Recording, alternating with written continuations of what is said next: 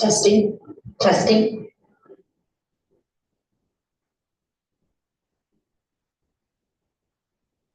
Testing, testing.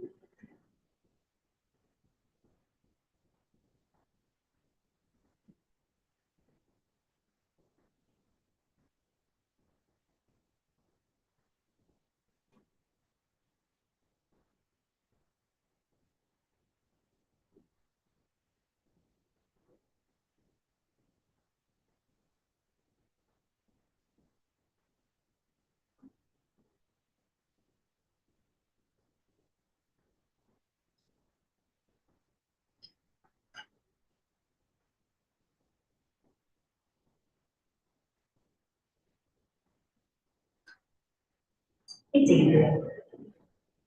I can't figure out why it's not projecting on the screen.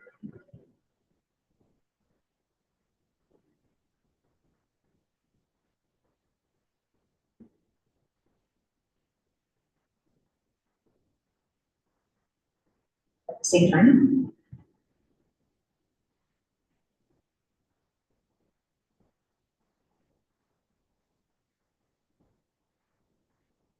Yeah. Okay, it says extend right now. Oh, okay, yeah. That one.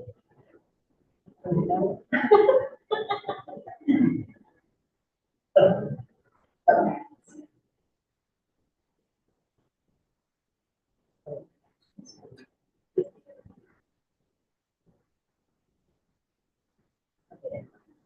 Okay, cool. Thank you.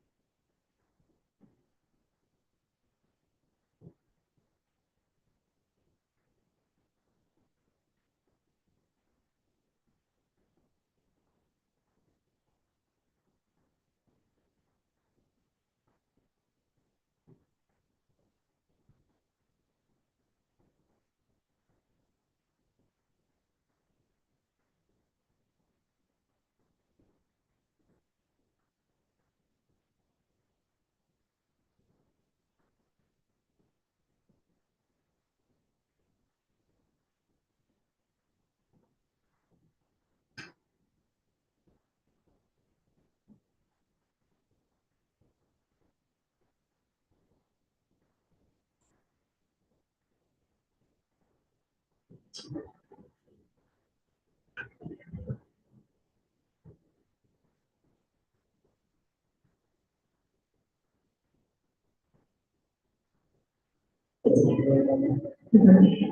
just sent you an email from Soledad, but she,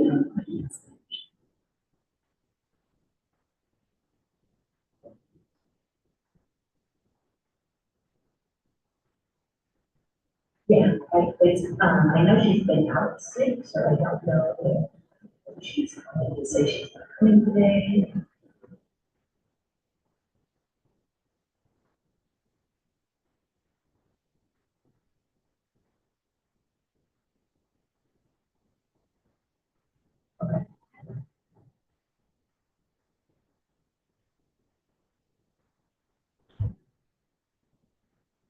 Okay, sounds good. Thank you. Bye.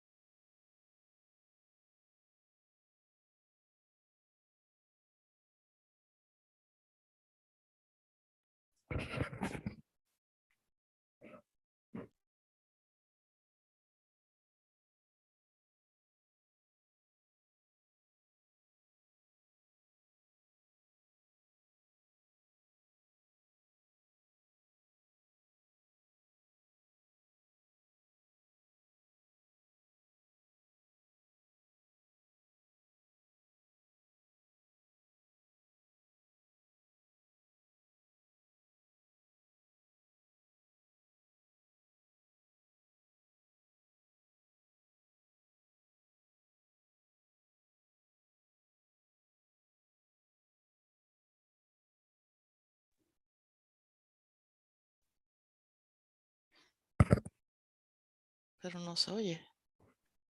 Ay, no, te escucho a vos. No. Oh.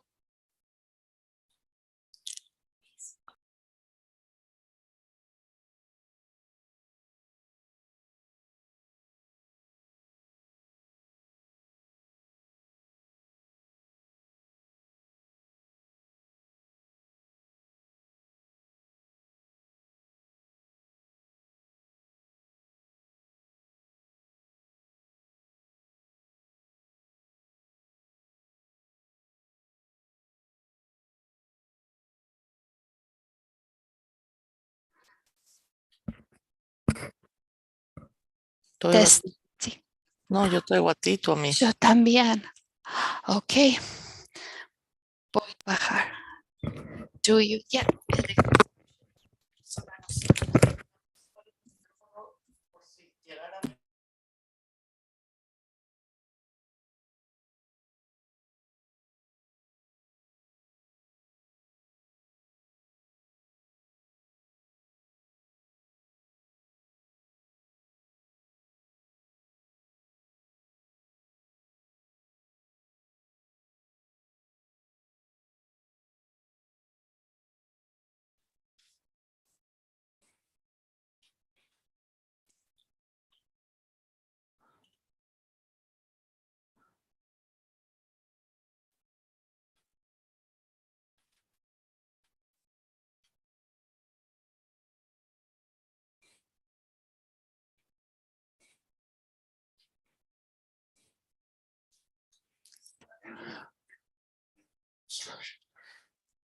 We cannot hear anything. That's why Moira just took off to let her know we cannot hear anything. Nothing.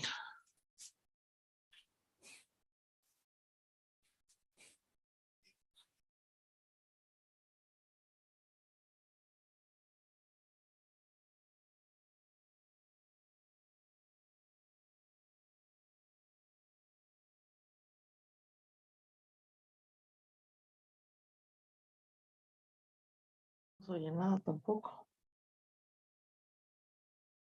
Casi se oyó. Lo tengo todo. Quitar los audífonos.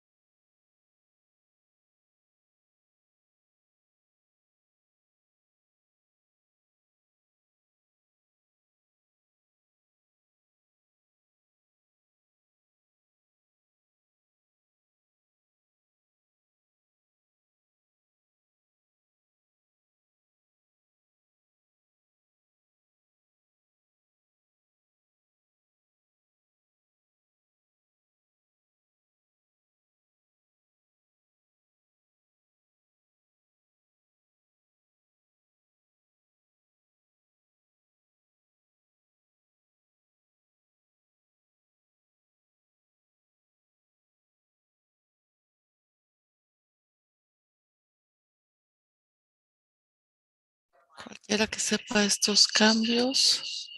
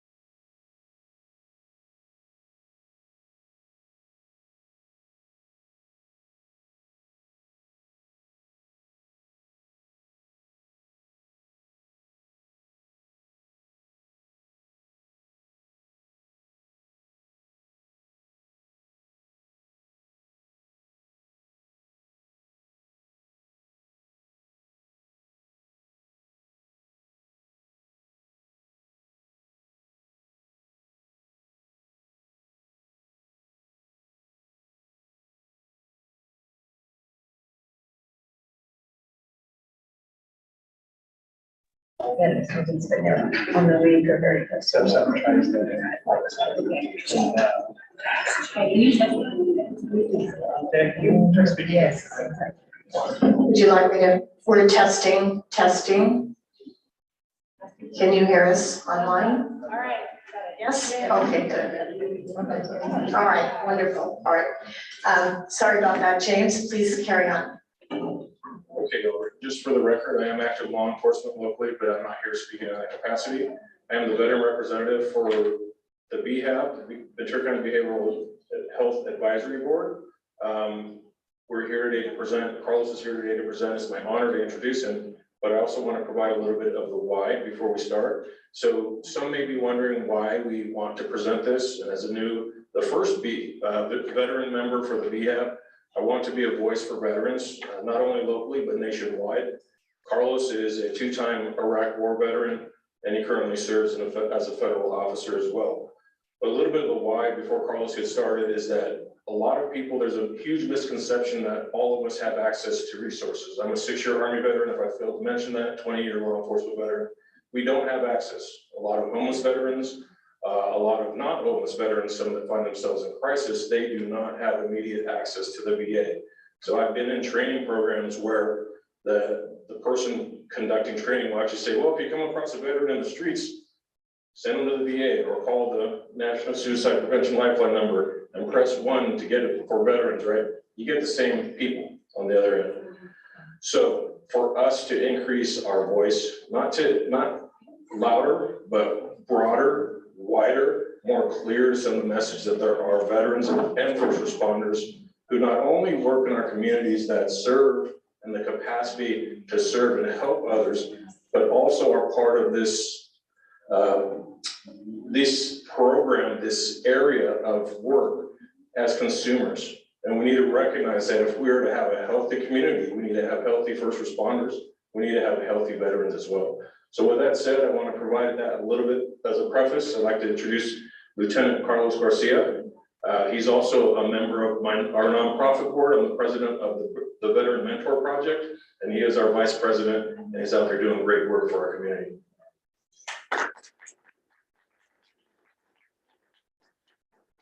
Hello, everybody. My name is Carlos Garcia. Just like James mentioned, I am a two-time combat veteran. I did two tours in Iraq, both in the city of Samara and the city of Kirkuk, Iraq. The PowerPoint coming up.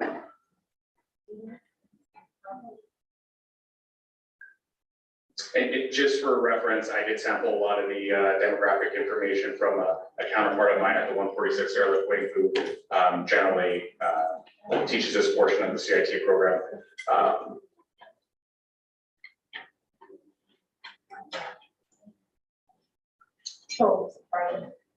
Also for reference, it's in our agenda packet as well. Okay, so again, this is a hero's transitioning back in the community. My name is Carlos Garcia. I do hold a master's in public administration, and I was a two-time combat veteran with the 101st Airborne Division. Next slide. So some of the objectives is just understanding the military veteran population here in Ventura County, our military community here, some of the considerations for military and veteran members, the importance of connection, and some of the resources that we could utilize here in the county. Next slide.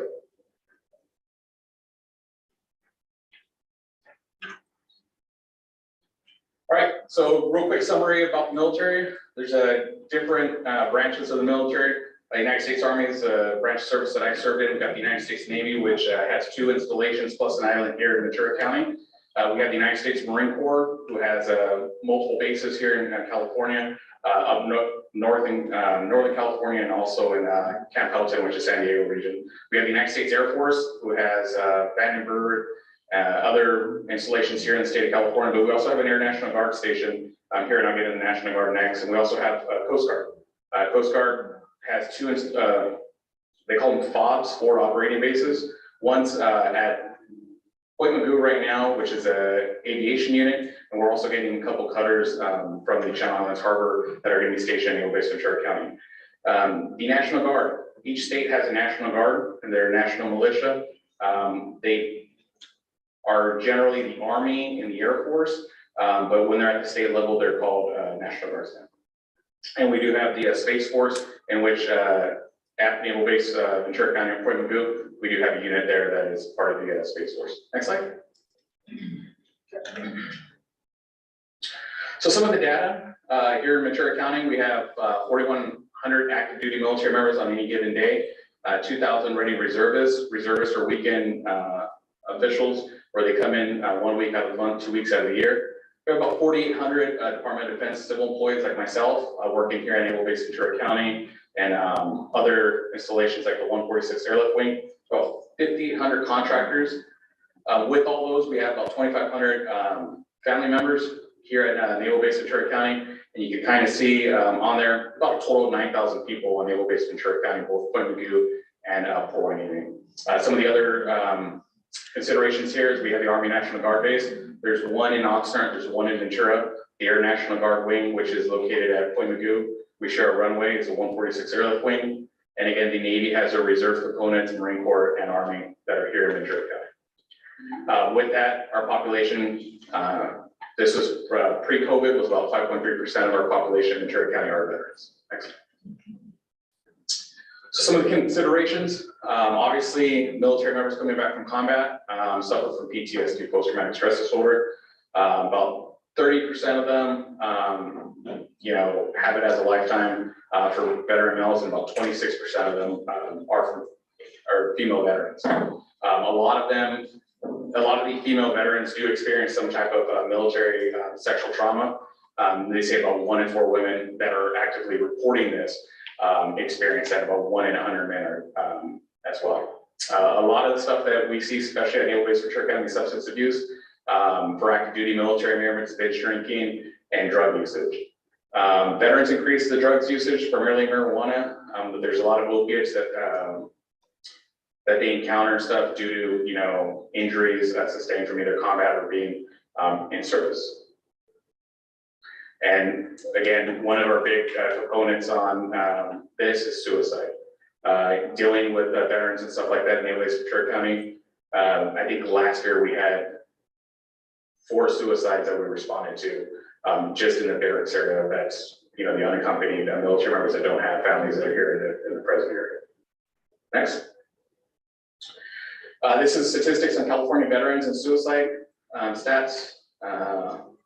You guys can see about 58% of them have to do with firearms, about 20% of them have to do with suffocation, about 10% of them have to do with some type of poisoning, and about 11, 12% of them have to do with some type of other means of suicide, whether they crash their car purposely into the side of Magoo Rock, which I've seen. Those are the other means of suicide, but primarily they have to deal with firearms because everybody gets firearms training in the military. That's just for California. The rest of the statistics are on the West Coast and nationwide. Next. So this is in reference to homelessness. My counterpart that generally briefs this, we haven't been able to get any updated information just due to COVID. But generally, these are statistics with some of the other subpopulations included, whether it's, you know, people dealing with chronic health conditions, developmental disabilities, HIV/AIDS, other mental health problems, whether it's dealing with substance abuse or meth-induced psychosis or any other stuff like that. Of the 2,200 people that were counted, about 1,300 of them were unsheltered in Ventura County. Next. Hold on one second. Yes. Before we go into the video, I just want to provide a little disclaimer about the content. It does deal with a stressful situation between an officer responding to a veteran in need. We switched over to the. We switch the other way? Sorry. Yeah. Either way, it deals with the topic of suicide and or ideation and substance abuse as well, right? Yes. So, and I didn't say this in my introduction, but I am a suicide loss survivor myself. So I understand the importance of this disclaimer. I just wanted to say that before we proceed. Real quick, before going into the video, I just want to kind of give people a little bit of background. The gentleman here is Command Sergeant Major Chris Fields, who's originated from the city of Ventura. Chris and I got along well. He was my Command Sergeant Major, which is the highest rank in the military on the enlisted side of the house. And the reason why we got so close is because we're both from Ventura County. As I exited active duty, he retired, and he talks a little bit of some of the battles that he has to deal with on a day-to-day basis as a veteran. And keep in mind, this guy was the highest rank on the enlisted side of the house, and I dealt with my team of 4, but he dealt with the whole command group, which was probably about 1,400 plus. So if you can.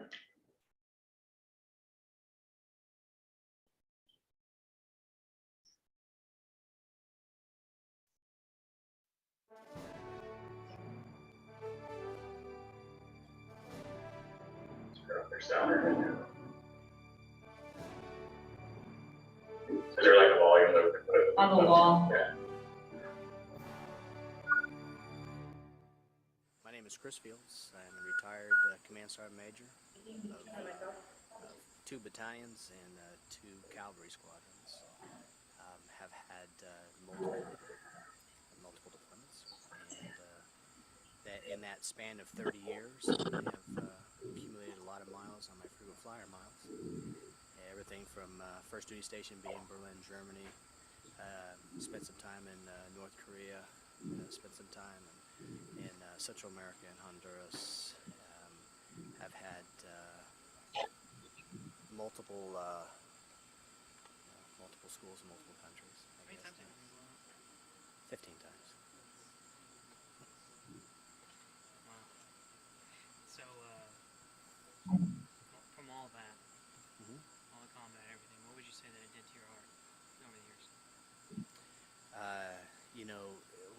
talk about heart, I equate my heart as being like a filter, and I would tell you my filter got clogged very quickly.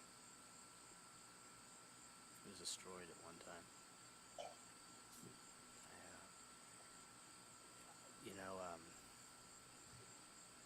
Having the responsibilities that entail as being a sergeant major, you just, a lot of people keep it just as a job in which you facilitate the orders of the commanders, and you make sure that paperwork is done correctly and orders are followed out and standards, and those are all met. But the emotional input that you take when you take on the responsibilities of an infantry battalion, you take it as its whole, 100%. And with that, there comes an emotional attachment to the soldiers and the leaders of that battalion. What happens to them in their everyday lives, whether it's their home life or whether it's their good discipline or their poor discipline, the trials and tribulations of leadership challenges with soldiers who have to be developed, and they're not just soldiers that they get in trouble and when we get them out of the unit. You don't. You take good, bad, or indifferent. So that emotional roller coaster, a lot of it is emotional significant influence on you as an individual. When you complicate that with the stresses of combat, the stresses of preparing for war, the good and the bad and the indifferent, and then you deal with the losses, and then you deal with the families. And when I say deal with, it sounds so arbitrary, like it's an obligation. It's not. You want to,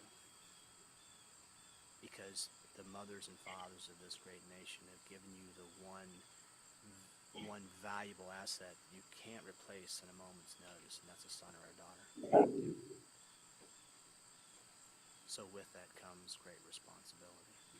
And with that responsibility, there is an emotional attachment to it. There's hurt. Sure. There's hurt, there's pain. Yeah. And then all of that starts to clog, when you have a loss. And, it's not always just a loss of the soldier. It's the reaction of his friends, his comrades in arms, individual that he or she spent 14, 15, 22, 5 years, 2, 3 combat tours with. You could say, so I don't got limited time, but what is Operation Restored Warrior done for your heart? We can stop it there. Honestly,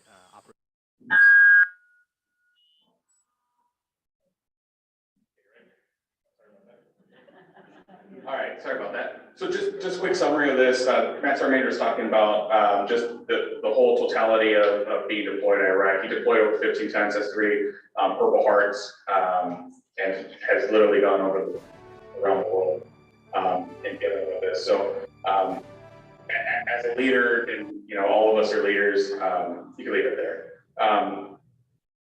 Some of the veterans generally look for guidance, and a lot of veterans don't have the guidance and support and don't have resources that they can go to. So this is the reason why we brought this up, is because there are resources out there for veterans. Even if a veteran's watching this and doesn't know how to go to the VA, the resources are here. The VA has a HUD office that they can contact at va.gov. The Ventura County Human Service Agency's website is there. The Vet Center in Ventura off of Santa Clara Avenue is a great resource. Our Veteran Service Officer, Mr. Jim McHugh, is a great resource as well. Naval Base Ventura County Police, the majority of us are veterans there. So if we do get a call from a veteran, we do assist them to the best of our abilities. The 146th Airlift Wing, actually all of them are active duty. So they assist each other there as well. Some of the other resources that we do have in the county is, again, Vet Corps, Ventura, Gold Coast Veterans Foundation as well. So the last slide is my information, my personal information. If anybody has any questions or anything like that, or has any questions about the installation, the next one. My personal cell phone's there, my work email's there. I can guide you guys to the right resources as well. James, Carlos, sorry. I I'm very sorry about the technical difficulties that we're having today, and I would like to invite you back during our January meeting, so you can re-show the video, this poignant and very important video of your colleague and fellow officer, and perhaps inform us again of this importance. And I would like to know now if there's any questions or comments for Carlos Garcia. Again, I apologize for the technical difficulties. Go ahead.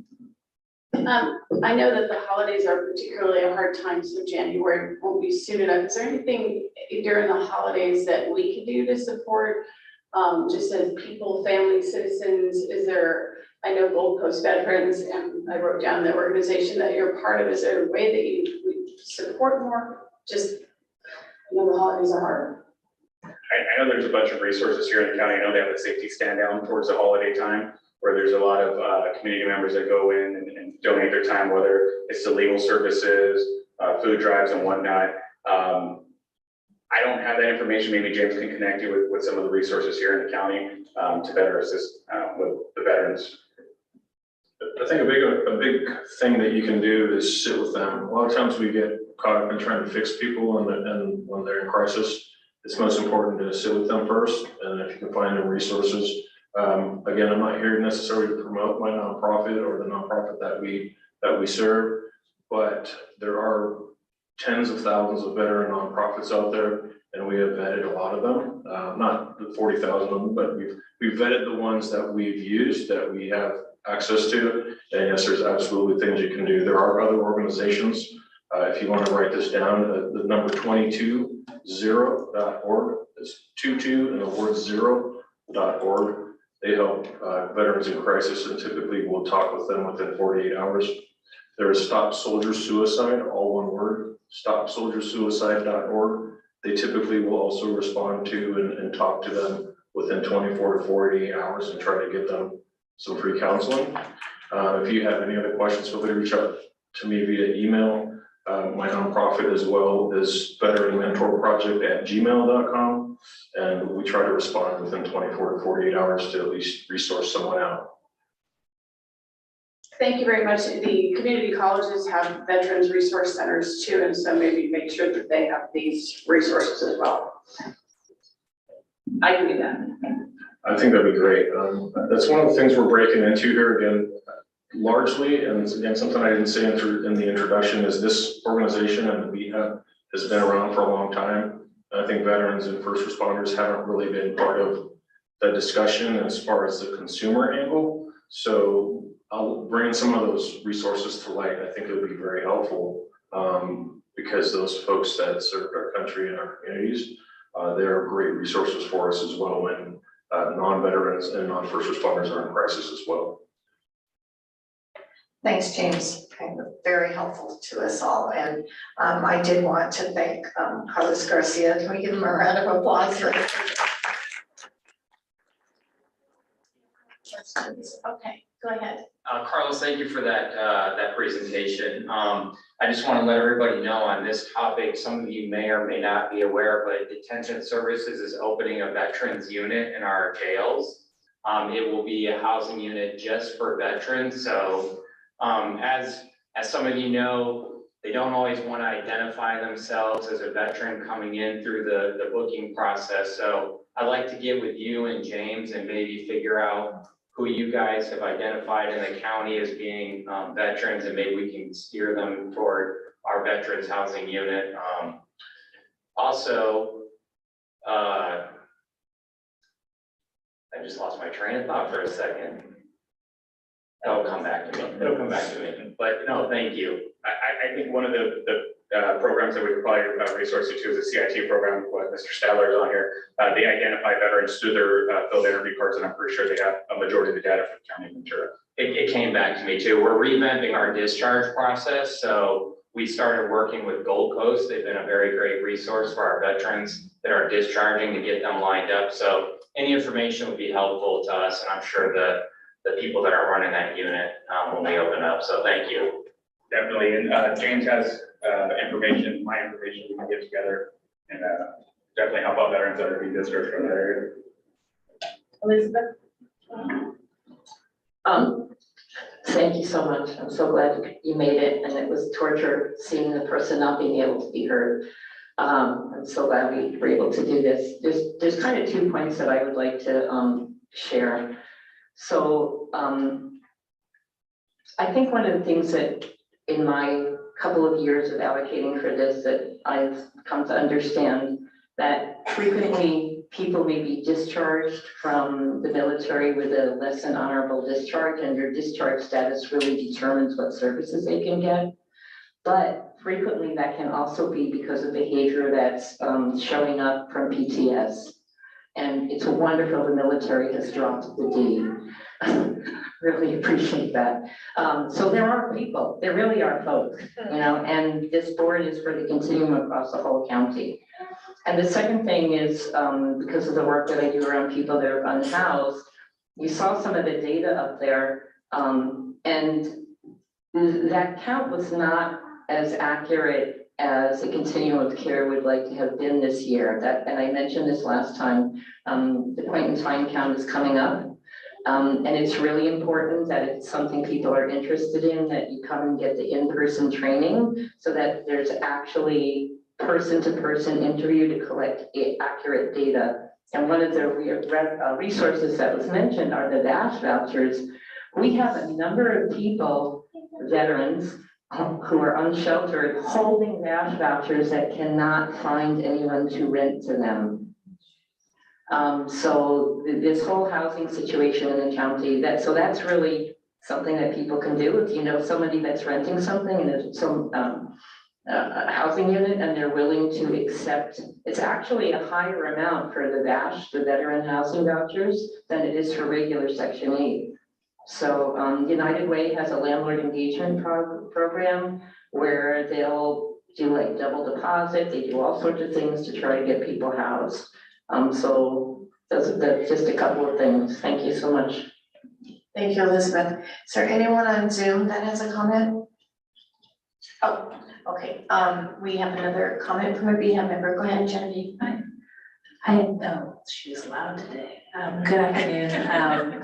Thank you first and foremost for your service, Carlos and James. Thank you so much for the presentation. You know, in the past life, I was a caseworker for Congresswoman Julia Brownlee, and a lot of the cases I worked on were veterans cases. And so I definitely hear you when it's issues with the VA down in LA, our local CBOG, they're doing their best. But, you know, in my 3 years there, you know, mental health, it did come up, but, you know, you're very limited, right? So it's good to know that, you know, the work is continuing, that there are more resources. And if ever, you know, we want to do like a mental health town hall on veterans, I'm sure, I don't want to speak for the Congresswoman, but if you're not already connected, happy to make that connection and to support however I can. So thank you.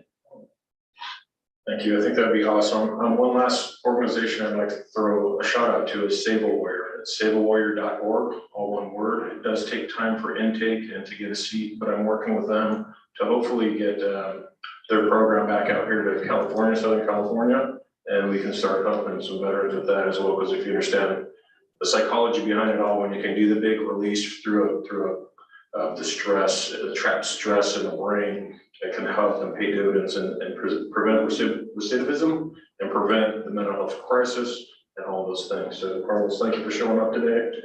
He does have to get back to work, just so everybody knows, not by my order, but by the community he serves. And I do appreciate you being there, sir. Do we have anybody else on Zoom? Thank you so much. Thank you so much. Thank you for your service. We have a quorum, Janice. Good. Okay, thank you very much. All right. Jennifer is here now. I wanted to mention that there are a few people that we know have excused absences, so they don't need to be called, and that is, and thank you, Elizabeth, for stepping in. CJ Keaveney, Cheryl Heitman, Michael Rodriguez, Marlene Torres, and Liz Warren. I think I'm missing one person, but to that, I would like to know if I could please get a motion to approve today's agenda. I remember approval of the agenda. I'll second, Chris. Right, are there any changes or comments to the agenda? All right, hearing none. Jennifer, would you please call the roll? Mike, you repeat that list again, the people that are here. Yeah, can you do it, Elizabeth? Okay, it's CJ Keaveney, Do you want me to do it? Cheryl Hyman, Michael Rodriguez, Marlon Todes, and Liz Warren. And I believe there might be one more. Soledad. Oh, Soledad Benagon. Right, okay. Claudia Armand, there's another one. Nancy Borchard. Here. Kevin Clarice. Yes. Sorry. Kevin Clarice. Not present. James Espinoza. Present. This is where Yes. Genevieve Flores Haro. Yes. Supervisor Matt Lavere, you said he wasn't here? Yeah. Nomi Maruko? Yes. Diane McKay? Yes, here. Or yes. Jennifer Morrison? Yes. Sean Pusey? Yes. Dahlia Rockhin? Yes. Elizabeth Stone? Yes. Chris Tejeda? Yes. And Janice Gardner? Yes. Motion passes to approve today's agenda. May I have a motion to approve October's minutes, please? That would be October 16th. I'll make a motion, Chris. Second, Diane. Are there any changes or comments in the minutes?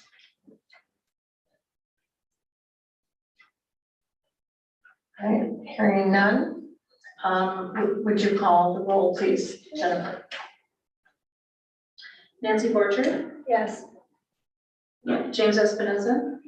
Yes. Genevieve Flores Haro? Yes.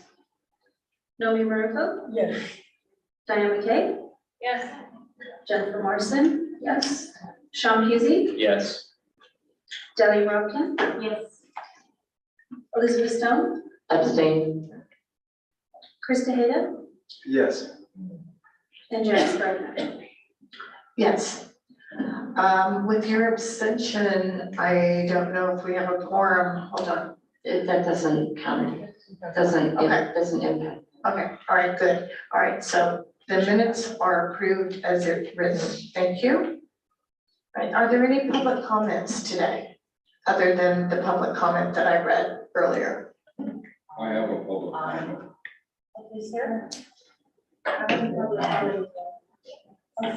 Would you like? So, my name is Will Ray. Would you like to come on? Sure. I have a pretty big mouth, but I can use the microphone. Janice, are you asking general public comments or for the next item on the MHSA? I just have a comment. I won't take too much time. So around the topic that the gentleman was just speaking about, veteran care and veterans offer themselves, so I think I. So my name is Will Ray, and I was served with the 101st Airborne Division from 72 to 74, and also with the 1st of the 509th Airborne Battalion Combat Team from 74 to 75, and then attached with the 24th SF Group, and anyway, my point is this. There's a VA clinic in Ventura currently there, and has been for quite some time, over a year now. Right at a year, there's no people you're available to speak with as far as psychiatric care, mental health care, and things of that nature. There's some social workers that are mainly absent and not present there at the VA clinic. Additionally, at the vet center out in town, there was a lady who was speaking with a lot of folks. She unfortunately passed away. Some people have moved on. So there's a big, huge gap in veterans being able to get out there and get that care that they need, and that's the moment between making a decision to off yourself and is not 48 hours for someone to get back to you, or 24 hours, or sometimes that line is a number out there that they just don't get their response. So my point in saying all this is that some funds need to be directed toward direct support for veterans, because just because you get out of the military doesn't mean you get to walk into the VA, say, yeah, I need help. They're like, are you in the VA system? What was your name? Blah, blah, blah. Even if you get an honorable discharge and everything's fine, there are multiple hoops to jump through, and it doesn't mean you're gonna get seen. It doesn't mean you're gonna get seen in a timely fashion. Now, I'm gonna give you a real world scenario right now with the OIG, Office of Inspector General at the Veterans Administration, big picture. Veterans coming into hospital, VA hospital, and saying, I'm feeling like I want to off myself, I want to kill myself, I want to commit suicide. He goes into the emergency room, and this is the real world, it's really happening, and says that. So at the VA hospital, in the emergency room, they leave the gentleman in the room by himself, and so he offs himself. So there's a serious gap in supporting veterans and veterans care, and so I'll mention to you, there's a term of 22 a day, and yeah, that's for sure. And that's people, off themselves, typically shooting themselves in the head. So there are also those folks out there that just say, F it, and they quit taking their medicine. They start doing things that ends up killing them, or they quit taking life-saving medicine and then killing them. They drink themselves to death. They just decide to go down the freeway about 90 or 100 miles an hour and hit that bridge above them, but don't get rolled into that 22 a day. So that's the reality of the situation. So I wanted to bring that to light, and so that maybe you're already aware of that, but if so, I said it again and rang the bell again for you. So I don't want to hog up your whole meeting time. So that's it for me. And thank you for letting me say a few words. I appreciate it. Thank you. You're welcome. I did ask for public comments prior, but I know that we have some people that wanted to speak. So is there another public comment over here? It has to be on topic. No, these are just general public comments. And then we'll move on to the next agenda item. My name is Monica Jones. Thank you for letting me speak. I appreciate this time. My name is Monica Jones. I am one of 8 children. I'm a community advocate. Recently moved to Ventura County about 4 months ago. And I moved here because the systems where we worked did not work. So I was hoping to be able to make an impact here. This is my daughter, Joanna. She's one of 5 girls, the youngest. And my daughter has special needs. She really is a miracle because, come here, honey. There's a lot of things that the doctor said that she wouldn't be able to do. I'm sorry, you guys, but just for the sake of me talking. There's a lot of things that the doctor said she wouldn't be able to do, but you guys are witnessing a miracle because they said she wouldn't be able to walk or talk or do any of those things. But I took time off from working to be at home, to teach her and to guide her and to get her to where she is right now. As you can imagine, my family suffered because I put my daughter first. But I realized that spending a lot of time chasing the systems that already didn't work would not benefit her.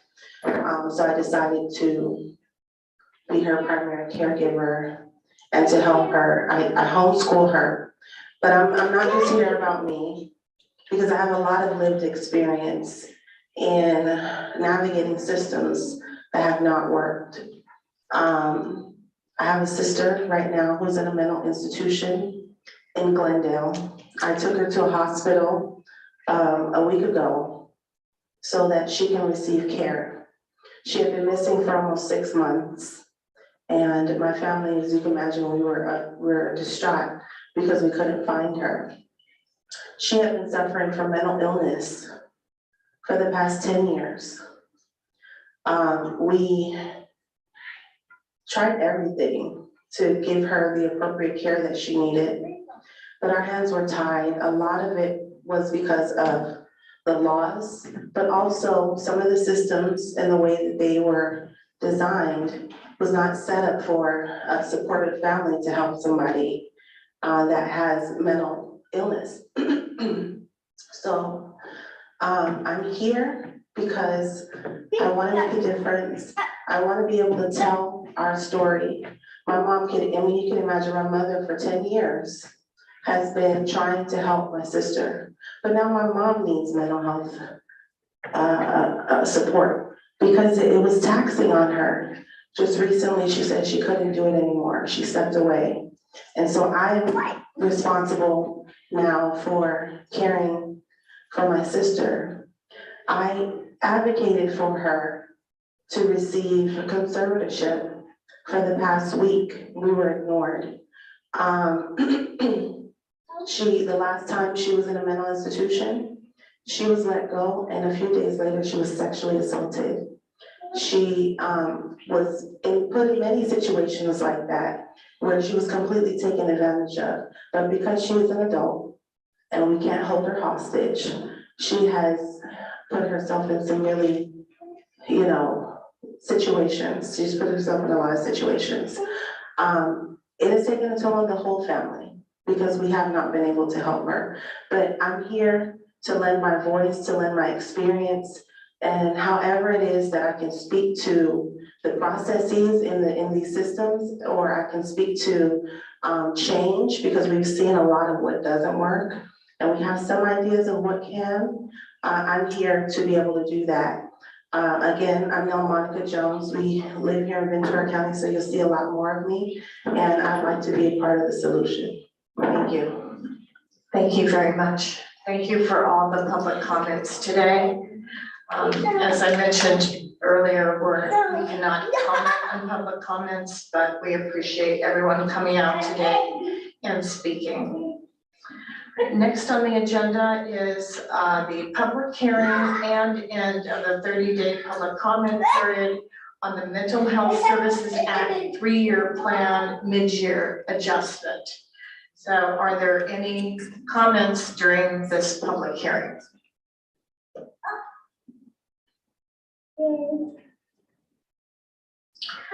Okay. Are there any comments on Zoom? Hi. Then go ahead, Elizabeth.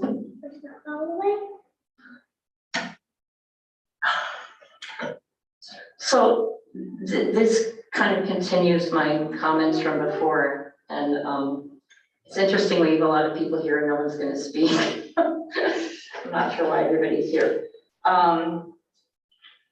So as I mentioned, as people know, because I've been saying it for over a year, that I wish we had a more robust community planning process. And at the last meeting of statewide organizations for boards and commissions, it was suggested, or some other boards across the state have kind of a subcommittee for the BHAB that works actively with the county departments to ensure that the community planning process is as robust and inclusive as possible. So I really hope that's something that we consider, to be partnering with them to ensure that. I really wish that this was included with, that we received this before, getting it as an agenda item. Maybe last year when we opened, last month when we opened the comment process, because there's a lot of things in here that I find extremely alarming. And as people are aware, I follow a lot of the state legislature and what's going on coming from the state, and excuse me. And I'm a person very out about being a person with direct lived experience of hospitalizations, treatment, and suicide attempts. So I'm really concerned about some of these things in here. Because the MHSA, or now the Behavioral Health Services Act, was really meant to not be clinical. The fact that you want to take 2/3 of the new money for a locked facility, which, you know, the state continues to not award funding to, because that's really not, the emphasis is keeping people, is providing services in the community before things reach the point where people need to be locked up. So I find that extremely problematic. Being a person that was, quote, treated by somebody who did this kind of quick EMDR training, you know, people learn these techniques, but it's to actually hold space for somebody when their trauma comes up really requires a lot of life skill and experience. I know when I was doing my MSW internship, the woman had started an organization, her foster child actually killed herself because the clinician that did EMDR wasn't able to deal with the trauma that came up and helps the person cope with that. So there's things on here that it's I don't know, I just find extremely, those are just two like really glaring things. Because I noticed that we have in the director's report, which I guess we'll get to, you know, it mentions how many non-licensed staff there are. And so to then have people, I just have a lot of concerns about a lot of this, and I just really need to, I wanted to make that public. I don't understand how something called trauma and recovery then becomes neurosequential model program when it's not even listed on the website as a funded program. So there's no way to even read what that is or how much money that is. You know, there's just a lot of things that feel to me, this may not be accurate, it feels to me that there's a lot of obfuscation of this huge pot of money that is really meant to be responsive to a robust community process. And so, of course, I support, you know, the potential program for James getting funding, the mentors thing, but, you know, we had the handout about how the Proposition 1 now is going to take money from the BHSA and perhaps put El Grande Bienestar at risk, but then you're just kind of giving out money for some of these other projects. It just, a lot of it just doesn't make sense to me. And so, you know, this isn't really the forum. And several years ago when I submitted a written comment, it was outright rejected. So I'm kind of cynical about the entire process. So that's why I'm just making a public comment and just reiterating my concern and hope that the department, when I guess they do get some leadership in the Behavioral Health Services Act department, will partner with people to really connect with people in the various communities with their needs in the coming years. Thank you. Thank you. Before I ask for a motion to end the 30-day public comment period on the Mental Health Services Act 3-year mid-year adjustment, I see Hillary standing there. So did you have some comments, Hillary? Sure. So I don't know that I can speak to all of them. The plan is accumulation of roughly 18 months of planning. And in the very beginning of the plan itself, you'll see the representatives and the demographics broken down across the county as compared to the people that participated in this process. It includes veterans, it includes age, it includes diagnosed and undiagnosed individuals. So if there is a concern, that could be a place where you maybe want to point it out. We had well over 2,000 people participate in the planning process that resulted in this plan. It doesn't mean that we will get to even all the things that are listed in there, and we still must go to the state to make that request for that locked facility. There is a unit that would be unlocked. There's a couple different step downs that are currently planned. EMDR is a treatment that's only done by licensed individuals. We currently provide that service through single-use agreements, and so our hope is that this would be a cost-saving measure if we can begin to provide that service in-house through some of our licensed clinicians. And neurosequential modeling, that is another game plan that we have. We'll be coming back to you guys with that plan. It's a partnership with the Human Services Agency, and they were in development to reach a population that has to do with children who are experiencing trauma. So that name was a bit of a placeholder. Now they're developing that project a bit more, which is why we changed the name. It's really hard to switch the names as we move into actually billing. So as soon as we can get closer to that name, we try to amend that as soon as possible. So you will be getting lots more updates on all of the innovation projects. We're also soliciting innovation ideas. All of this money sort of is drastically, as you said, going to change in 2026. So people have to be aware that if they're receiving money or getting this money, it is very time limited, which means as well that people have concerns about accepting it. So this is our game plan for our hope of what we can do in the next 3 years. And we know that it will change. So we will be back in April to announce another 30-day posting for the annual update and another public hearing in May where we'll give you all the updates for what is in process, what has changed, and what's new. Thank you, Hillary.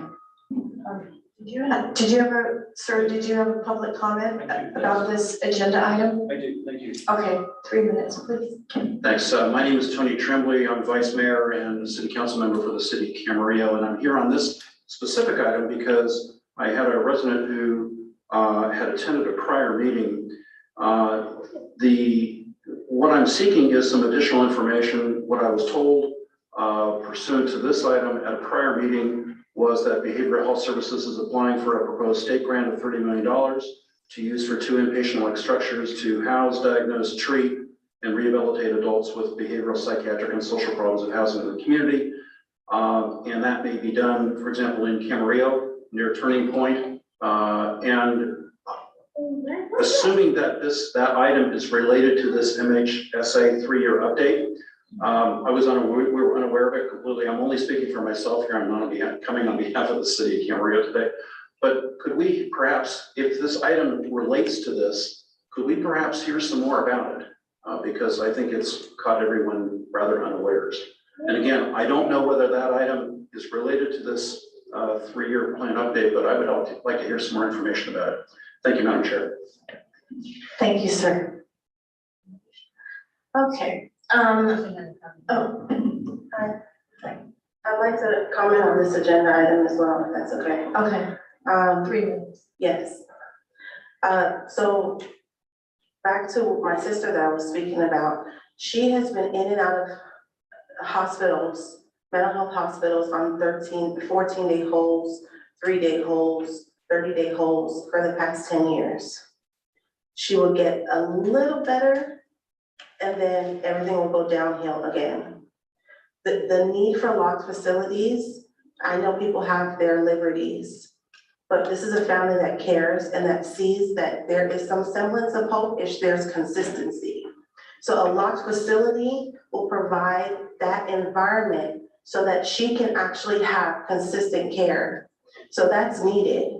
I don't personally think the amount that the budget is enough. I think that it really should increase, but it also should be available to people that have all kinds of insurance, including Medi-Cal, because a lot of people that need this kind of thing, a lot of times have exhausted their resources over time. And so I definitely think that this is something that you guys should stand behind. Thank you. Thank you for your public comment on this agenda item. It's very much appreciated. All right, are there any other public comments? All right, may I have a motion to end the 30-day public comment period on the Mental Health Services Act 3-year mid-year adjustment? Make a motion, Chris. Is there a second? Second. All right. Jennifer, would you call the roll, please? Nancy Borchert, Yes. James Espinoza, Yes. Genevieve Flores Haro, No.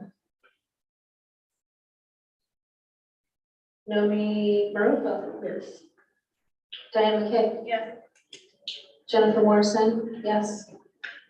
Sean Breezy, Yes. Delia Robkin, Yes. Chris Kaheda, Yes. Janice Gardner, Yes. motion passes.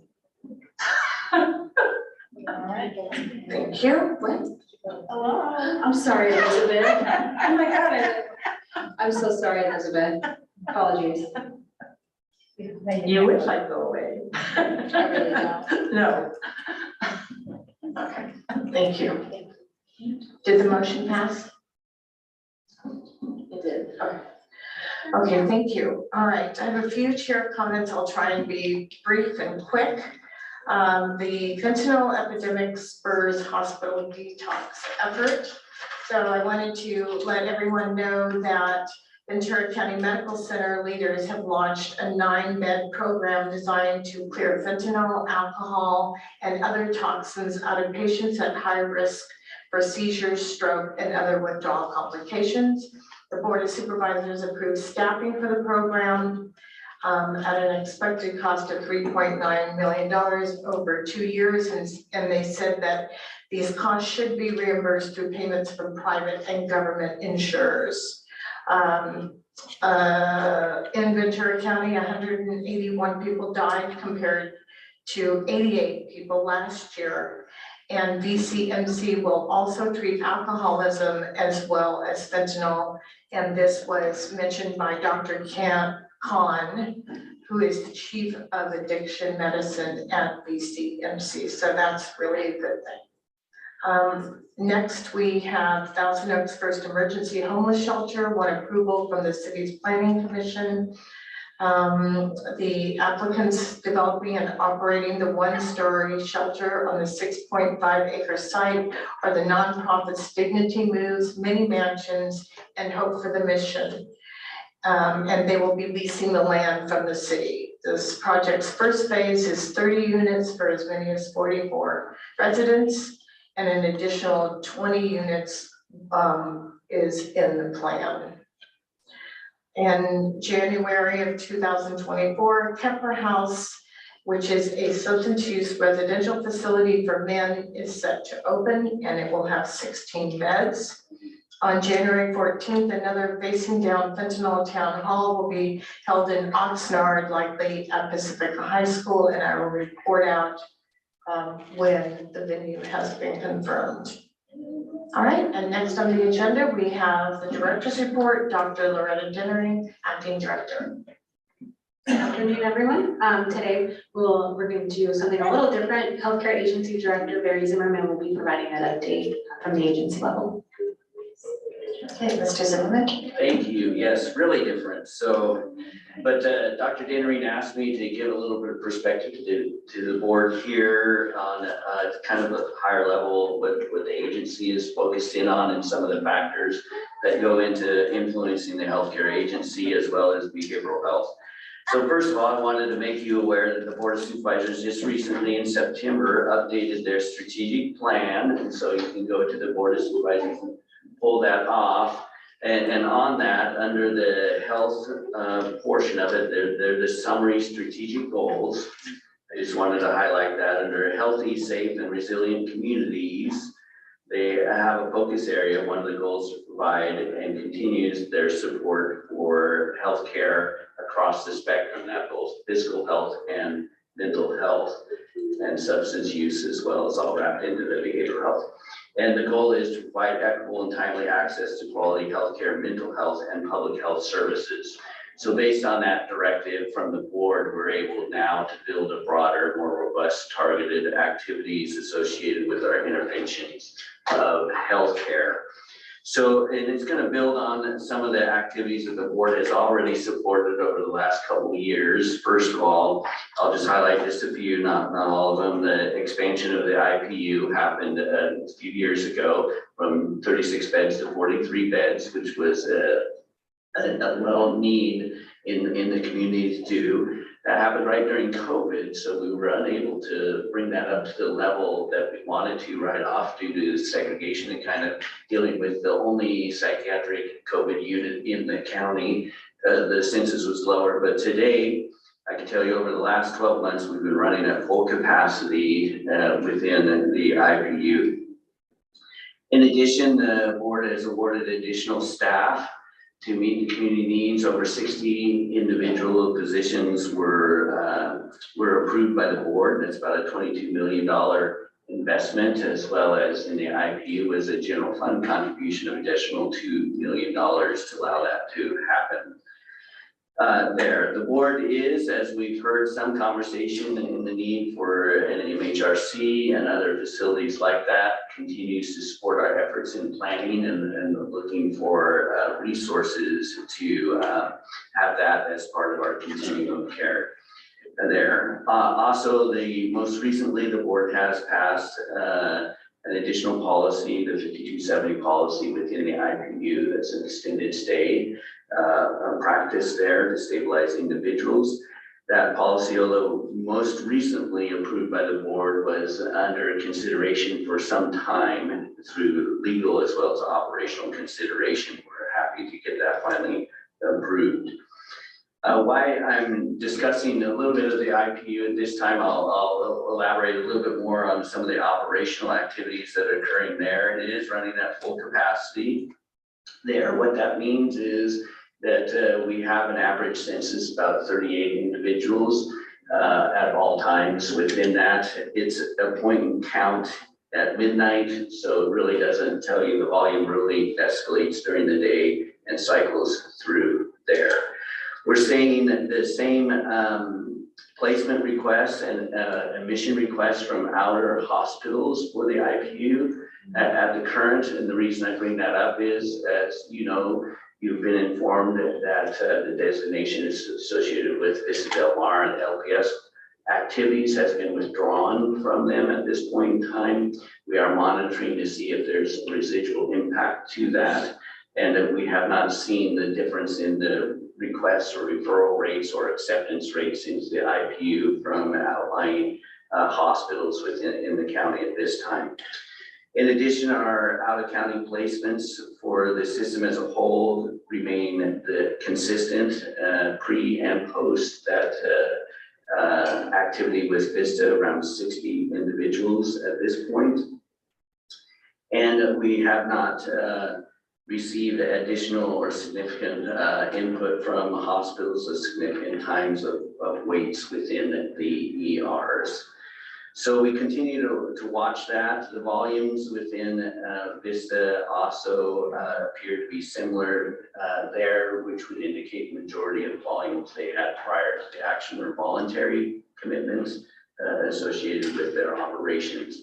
However, their efforts working with them, we see them part of our network of services. So we are working, and they are working with us on corrective action and bringing it up to the standards that are appropriate for continuing our relationship with them.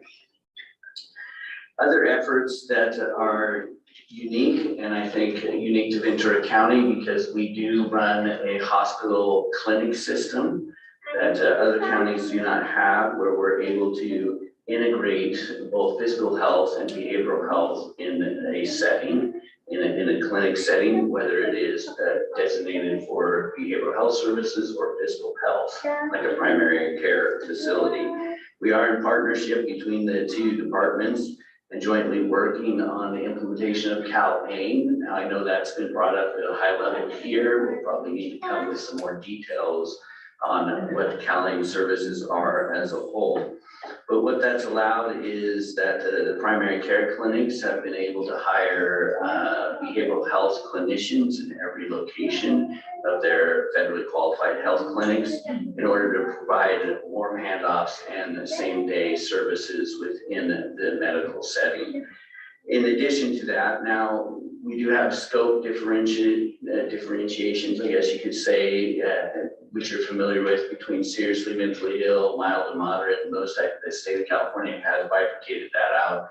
So in the clinic system, we are very much we work within the mild to moderate, but since we're one agency, we're able now to streamline referrals right in if it needs a higher level of care. And so that's the connectivity within behavioral health, and it's working very well. In addition to that, you might have heard that primary care implemented the whole person care program, which is under Cal-Aim known as ECM. So they are the central provider in providing case management for those most in need, which a significant number of them are co-managed between primary care as well as behavioral health. Many of those individuals there. So that is a collaborative effort in working on a holistic approach around individuals, providing housing, other support services, and so forth with them. In addition, we are teamed as a partner on our backpack medicine program. So we have several activities associated with that where we offer street medicine is the more common vernacular associated with that. We go out into the field where individuals are to provide healthcare on location. We do that in a partnership with many different individuals as behavioral health is with us to make that connectivity and that contact out into the community, as well as we have what's called an encampment program that is piggybacked off the backpack medicine models with the city of Oxnard in particular in working with encampments for those that are unsheltered. So those don't necessarily get all the reports out through clinic activity and some of your statistical reports, but are very much integrated programs within the healthcare agency that are impacting not only individuals that need health needs, but those in particular with behavioral health needs. With that, Cal-Aim has changed, I wouldn't say caused, but has changed the approach and the program activity around Medi-Cal programs, not only in the physical health side, but in the behavioral health side as well. And that's been over the past 2 years have been in activities in reshaping some of those programs. The one that's most noticeable that was able to implement was open access, where the STAR program was dissolved, in which each clinic then can assess, refer, and schedule individuals for treatment directly. That was part of Cal-Aim and initiated over several years effort to work that and to get that into place. More to come on Cal-Aim. There's other services that will be coming up.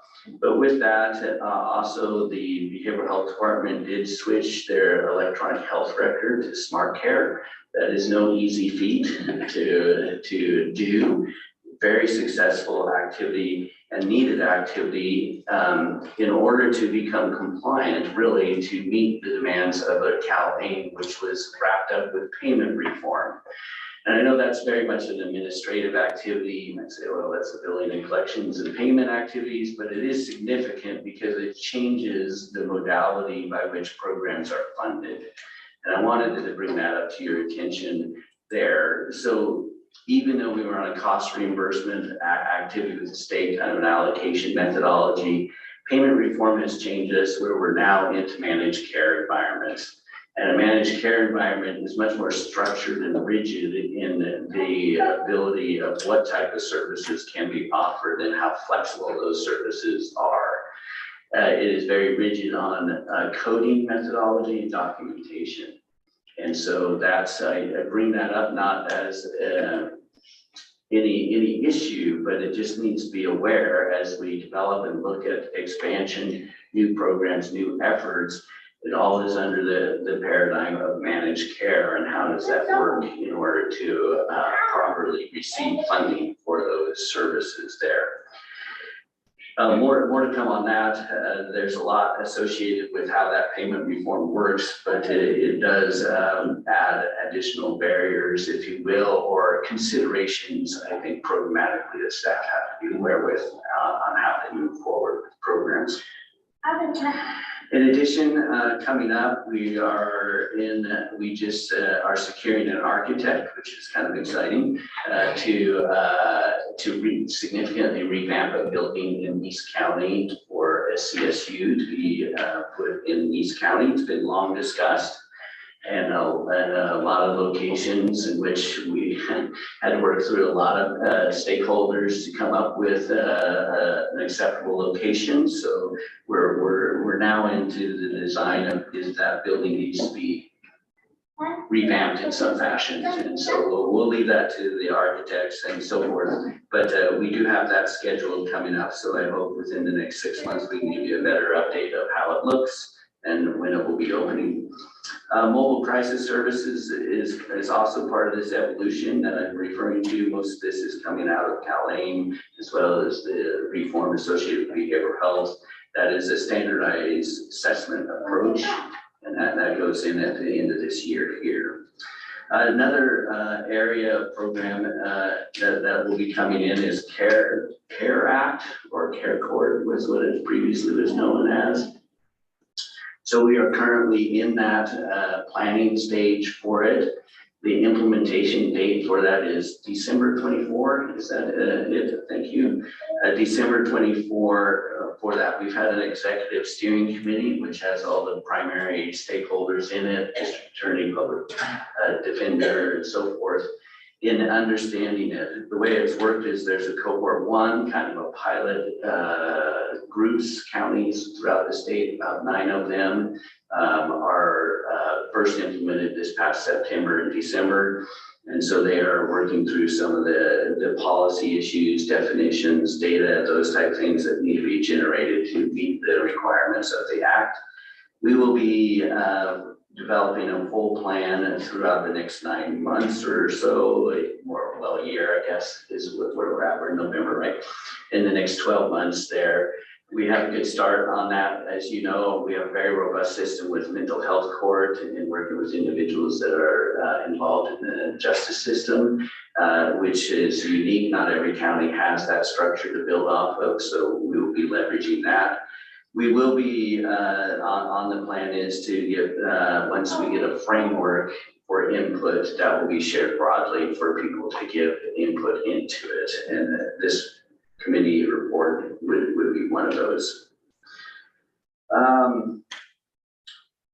Kind of on a global, it was mentioned here about Proposition 1, right? And so legislation is also big on our activities that we deal with and look at from the agency perspective and really at the department level. But I did want to make you aware of some of the upcoming legislative actions that took place that will or may have significant impact. It hasn't passed yet, but everyone's planning as if it will there. So Proposition 1 will be coming up, and that's a culmination of 2 legislative bills that passed, SB 326 and AB 531. And those 2 bills require or are establishing certain directions in which behavioral health funding, as well as what would be required of local counties to perform. There. We are going to the Board of Supervisors on December 5th to discuss this with them in more detail. But in general, SB 326 and AB 531 come together as Proposition 1. It significantly changes the allocations and uses of MHSA funding, and it shifts about 30% of that funding into housing. And then there is money coming down for capital, which would include building treatment beds and so forth. It would also be there. In preparation of that, there's work by the department that are doing very well in developing and finalizing a capital project plan in order to be ready for potential funding that may come down. And I'll get into more, we'll get more detail on the 5th on that, on how that's all allocated out and the percentages and what would be allocated to the county and so forth.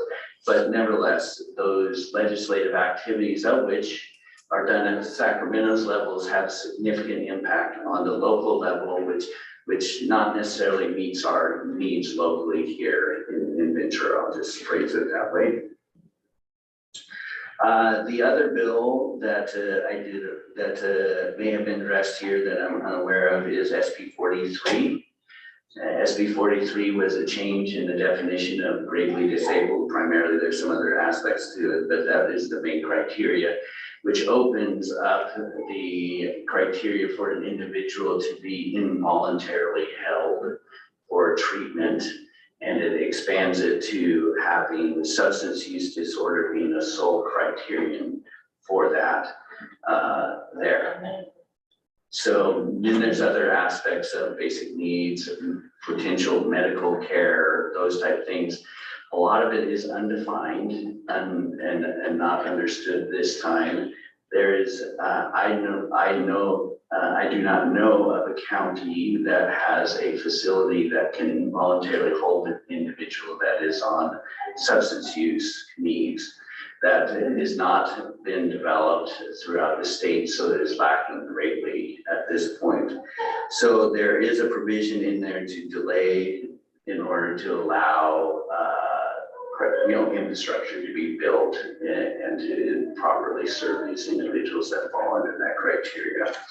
And that will be going to the board on the 5th as well. And so that kind of gives you, that's the end of my written remarks here, but that kind of gives you an overview of where we're at and how we're looking at things globally and what kind of external things come down that indirectly and directly impact the modality, operations, and services that are performed by the department. That concludes my remarks. Thank you, Mr. Zimmerman. Are there any questions or comments? Jennifer, go ahead. Thank you, Mr. Zimmerman. That was really helpful. We all really appreciate it. I have one question about the East County CSU. Do you have any specific location that you can identify yet or share? I do not. I'm at this time not going to share the location. It will be a small CSU, probably 4 chairs at this point in time. So our current CSU at the VCMC campus there, along with the IPU, is authorized up to 8 chairs or 12 chairs right now. We run it at about 8 chairs because right now the volume doesn't dictate greater than that. Currently, I know there's been discussions in the past. There's been comments made about psychiatric ERs, these type things. That was discussed multiple years ago. The strategy and approach to the county has been to utilize a CSU structured system, and that's what we're going to be building and making sure that's running appropriately. Sorry.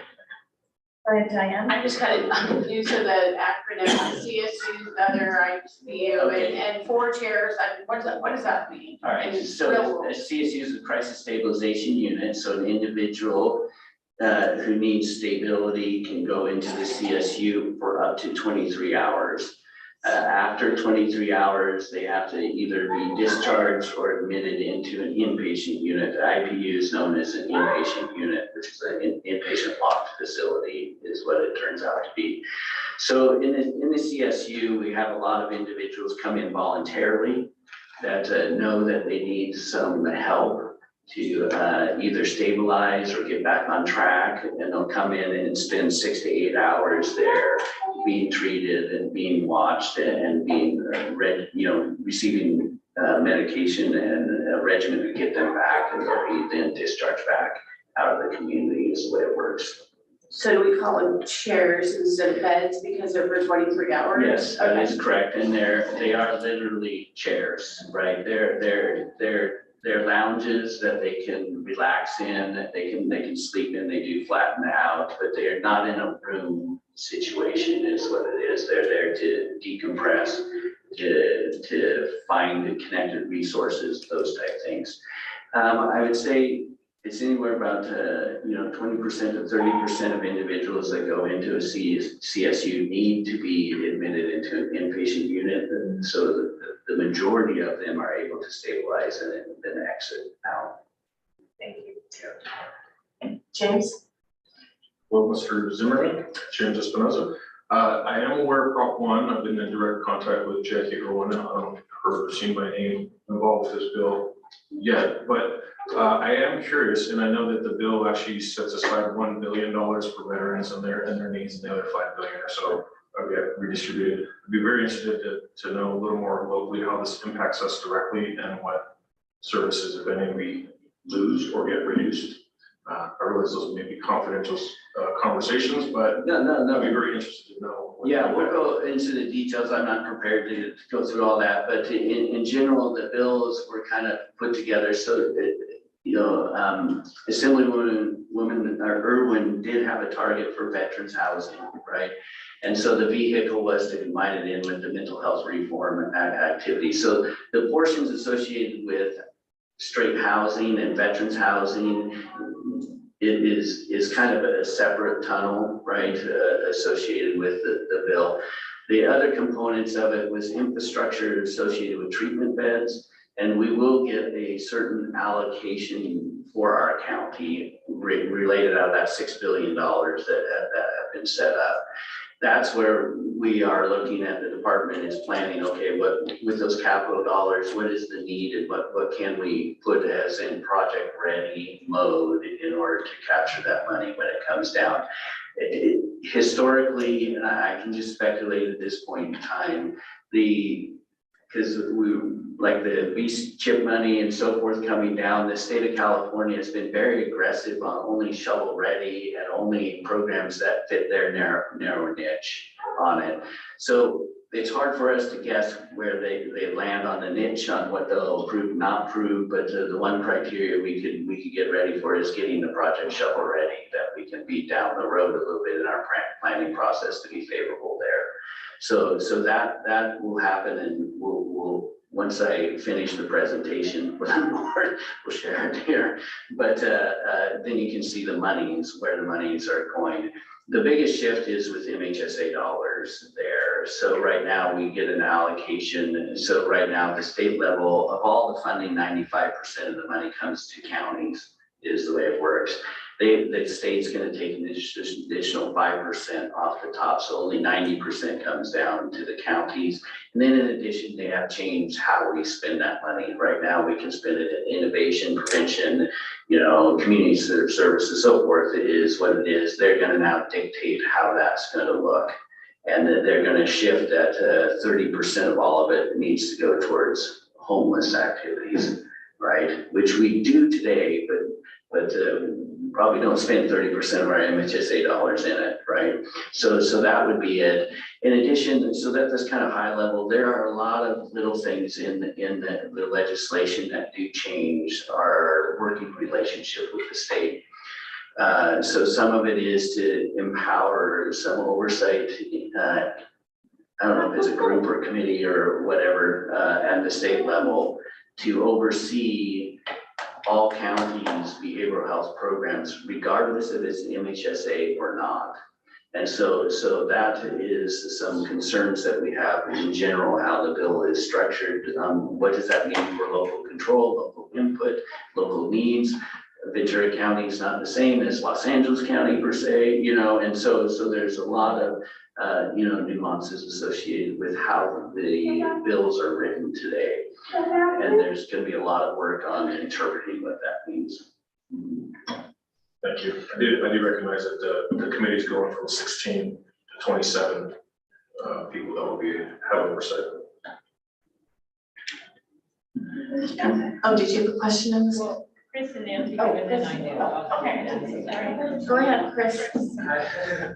Thank you, Mr. Zimmerman. I really appreciate your report. I have a lot to follow up, so I'll try to be brief. For the IPU, you mentioned that the snapshot is at 38 beds at 12 o'clock. It's licensed to about 42 or 43, right? So we're under capacity for that. Well, let me, Oh, sorry. that's an average, right? So we deal in averages. If I look at daily, we go up and above and below as time goes on. You know, due to discharging and so forth, you would see an average below the max. You can't have the max in a facility without violating ratios, staff beds, those type of things. So 38 does get us up because during the day we do have spaces in there to go above or we go up to 43 at that point, but not everyone in the IPU stays for 24 hours. So. Definitely. And and then from the closure or the Vista Del Mar, those ones were shifted out of county. So right now we're not. And you mentioned also that the ERs are not at capacity. You don't see people being discharged or turned away necessarily. No, what we don't see is one, that we have not seen out of county placements grow significantly from the action item from Vista. So you can't speculate that they just went out of county because we're not seeing growth in the total aggregate number of there. The ERs, the reason I brought that up is an individual, in order to be admitted into the inpatient unit, has to be cleared through an emergency room physician. And if we weren't able to cycle and bring them in, we would hear from the outlying emergency rooms that people are staying longer in their ER. We have not seen anything different from Vista's pre and post at this point in time there. That's all I'm reporting on. No, thank you. And if we could, going on in the future, however frequently, kind of keep monitoring these numbers too and see if things grow or what you hear back from the ER as well. Absolutely, that's our intent. Thank you. That's why I have the information to monitor. Yes, and a couple other things to follow up with managed care. You mentioned the changes there. There's the issue of collateral, which is the DHCS. We have the parents and family members contributing through the plans. And if that's something that we could look at expanding in the future too, that would be really great. I think that feedback, and it's also approved for billable in Medi-Cal as well. Just has to be paired with something else, with another service. I mean, and the last thing is the SB 43. I wish that we weren't doing the 2-year opt-out or postponement, and I wish things were in place. So there's a lot of other things I'd like to take, but I don't want to take everybody's time. So yeah, thank you. Nancy? Thank you, Mr. Zimmerman. I really appreciate your reports. It's very informative. Circling back a little bit to the hospitals and the ERs, what happens there when people go there? And you were talking about this in relation to Vista Del Mar, but there was a problem before Vista Del Mar closed. And so people, I hear people from the hospital say, particularly one that I'm associated with, so I mean, I'm talking to top level people, and they're saying, well, you know, pretty much they don't get a response from Ventura County psychiatric services, whether the IPU is always full. They just start immediately looking to send people out of the county.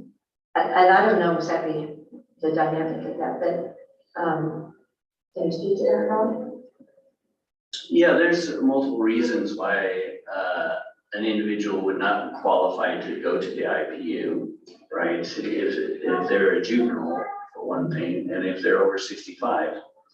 And so in the past, we've heard a lot of individuals saying, well, the individuals have stayed in the ER, and then we look into it and say, well, they weren't eligible to be admitted into the IPU anyway, right? I'm not saying that's not a problem. I'm saying that, you know, we will have so much limited resources within the county, within our structure today. I do know that we do actively every day, the IPU is in contact with all the ERs out there, who's there, what status are they, what's going on, and working their best to admit individuals as quick as possible. I'm not saying that doesn't mean there's a case or cases that get held longer or not in that regard, but I can tell you that there's a active, cooperative, working relationship to do that. It's not a void in that regard. And I do talk with the CEOs of the hospital regularly, and so we do discuss this. Haven't heard anything significant, not other than we have resource constraints today, right? About 2.5 years ago, we were in a much worse position than where we are today with the expansion of the beds, and our intake process has improved there. Still work to be done. I'm not denying that, right? Okay, yeah. Okay, Elizabeth, and then we'll move on. Oh, Jennifer, and then, Genevieve, and then we'll move on. Thank you. Thanks. I really appreciated the overview. I really like following like what the constraints are locally. And I'm definitely gonna look at the strategic plan, and thank you for letting us know about December 5th. It sounds like that's gonna be some more detailed stuff that's then gonna trickle through this department. I was reading, we had these contract memorandums, and I was trying to say it that way. It looks like part of the county payment reform, the county needs to send anticipated non-federal matching funds to be held by the state. And it said that the funds will be pulled from realignment, but also, actually, I guess it's Behavioral Health Services Act funding. So since it's coming from, some of that match will be coming from MHSA, BHSA, I'm wondering then, as new services are becoming Medi-Cal billable, if that funding will also then be targeted toward the kinds of things that were specifically encouraged under NHSA, BSHA, such as peer services or what I'm doing in the STAR, or just some of the other kind of things that we're trying to maintain in the community. Yeah, I think that's worthy. I won't speak for Dr. Denry, but I think we could have a future meeting on discussing how behavioral health finances work, because it is not straightforward. I think most would have a concept, you have pooled money, go deliver the services, and that's not quite the case there. Even though that now under payment reform, you see what's called intergovernmental transfers, which we have to send cash to the state and then get reimbursed the 100% back.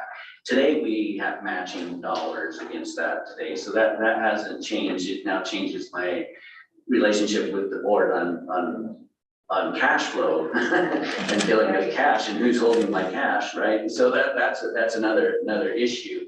But I think it'd be worthy to show you how financing is changing, because it does limit, even though we have all the desire that we want to address a certain need here in the community, we may be our hands tied associated with how we finance that. So like Logrando and other programs, those are committed funds, whether it's realignment or general fund dollars or so forth. So each funding source, the way I guess I would portray it, has its limitations and its risks associated with it. And I think that's worthy to discuss one of these days, so you have a good understanding of that. Yeah, I think that's where the politics and advocacy come in, because there's things that are kind of like what pool mandates what things, and yeah. And two things, like I was really happy to see, because I was kind of surprised that the department's moving to be able to bill Medicare.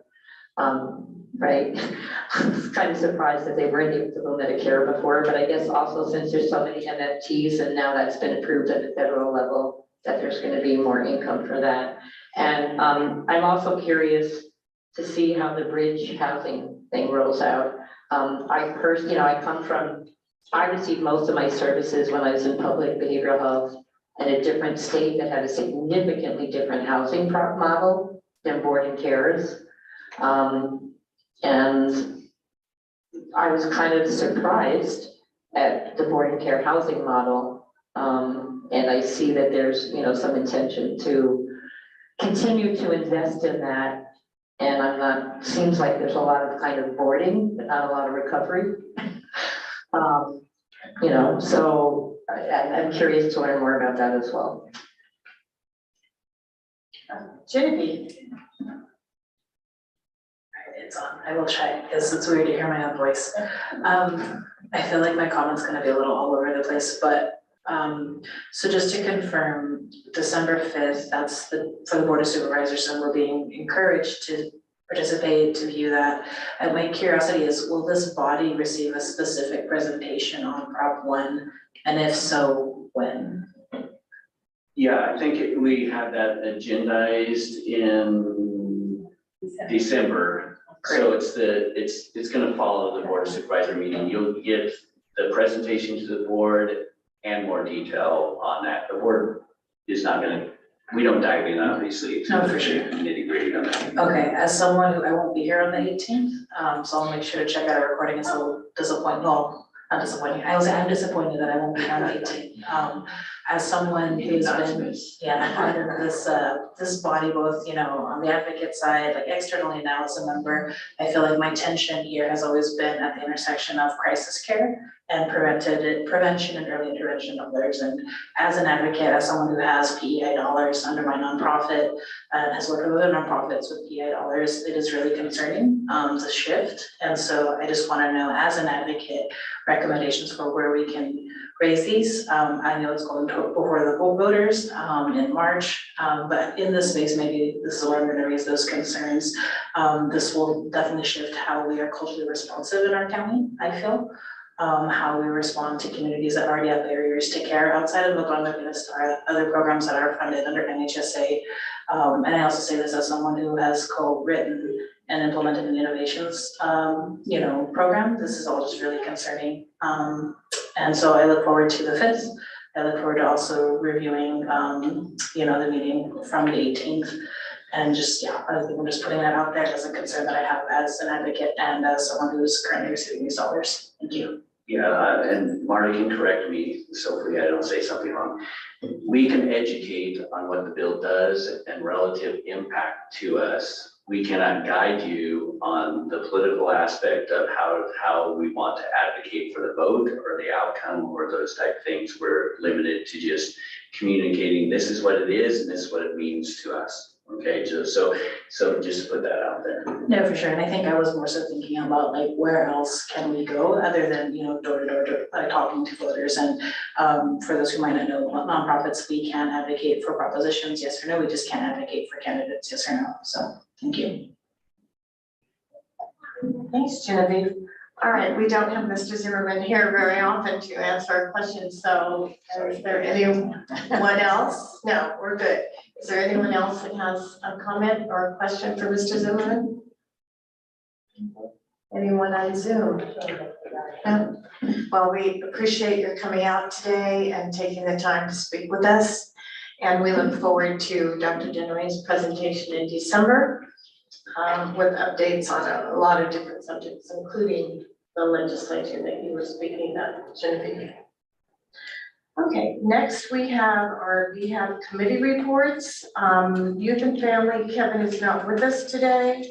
So next we will have our transitional age youth, the TAE report from Elizabeth Stone.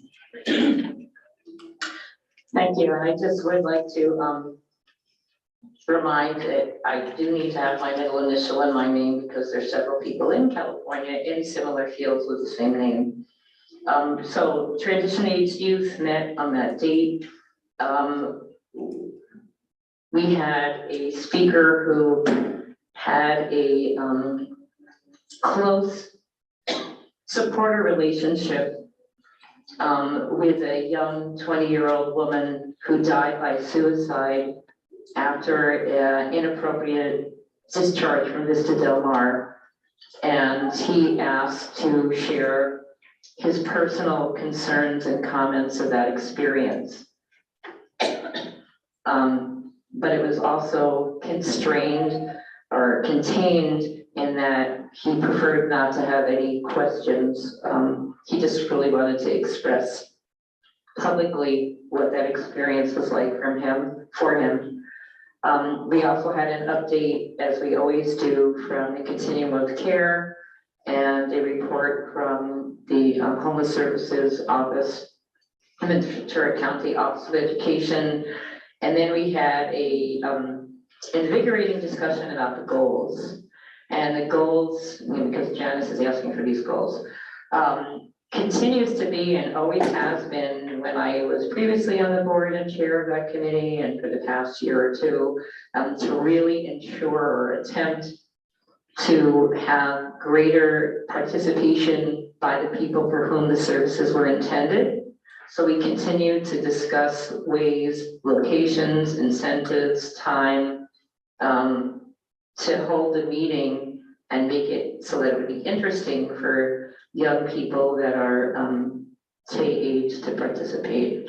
So that's the main thing. Okay, Elizabeth, if you could, would you please send me a small paragraph about what your committee's goals were about, what you just explained? We're still gonna finish deciding for the next month. Oh, okay, sure, no problem with that. All right, next, Adult Services Committee, Chris Tejeda. Thank you. Yeah, so, sorry, I just lost my. Yeah, so we met on November 2nd, and it was our first time meeting a quorum. So that was really exciting because it's been about 6 months or so since we've taken an action item. So we set out our agenda to kind of highlight the goals and kind of have a discussion on what we'd like to accomplish. I'm sorry, I'm just trying to get feedback. So we're still discussing, but some of the ones that we focused on are increasing access, outreach, marketing, having more community participation. And the second item is some locked facilities data and how we're able to review that. Third is increasing interagency communication. And by that one, we're offering, it's the population that we're supporting often interfaces with multiple different agencies, so we want to use have the adult services meeting as a platform for other agencies to come and share about how their experience and how these services may overlap. So that's another update. MHSA updates that'll be changing as we go forward. So we want to keep we want to stay updated on how this is affecting the population. And some other topics that were brought up were older adult services and how we're going to meet these needs in the future as they grow with an aging population. And those are all the updates. So we're going to get together. Well, I'll go ahead and put together a list, submit it to you, and we're going to keep on working towards these goals. And our big focus is to have them actionable and have them where we could kind of have accomplishments and make progress towards these. Again, we just met a quorum again, so that's the momentum we want to keep going and look forward to it. Thank you. Thank you, Chris. And I look forward to, as everyone fleshes out their goals and speaks with their committees, look forward to bringing them all to the BHAB and we can discuss them here and take a vote on what we would like to focus on in 2024. Genevieve, did you have a question? Oh, no, I had my mic on because it should have turned the feedback down. So that's why I was just like waving around like, yeah. Okay, thank you. All right, we will not be having a disparities reduction committee report, but Marlon did email me about her absence today and said that they did not have a quorum, so they did not have their meeting. All right, really encourage all BHAB members who are, well, it's a requirement for every BHAB member to become a member of one of the standing committees, and we encourage everyone to please show up in person, because when we don't meet a quorum, we can't do the work which we're tasked to do. So appreciate everyone's participation in person, please. All right, next we have board member comments and announcements. Are there any board member comments or announcements? No me? Yes, I would like to introduce our new Spirit of Santa Paula's Executive Director, Brent Eisender. He's been with us a short time, but I see great things for his Spirit's future. And thank you for coming to our meeting today. Did you have a comment? I think I need some behavioral help. No.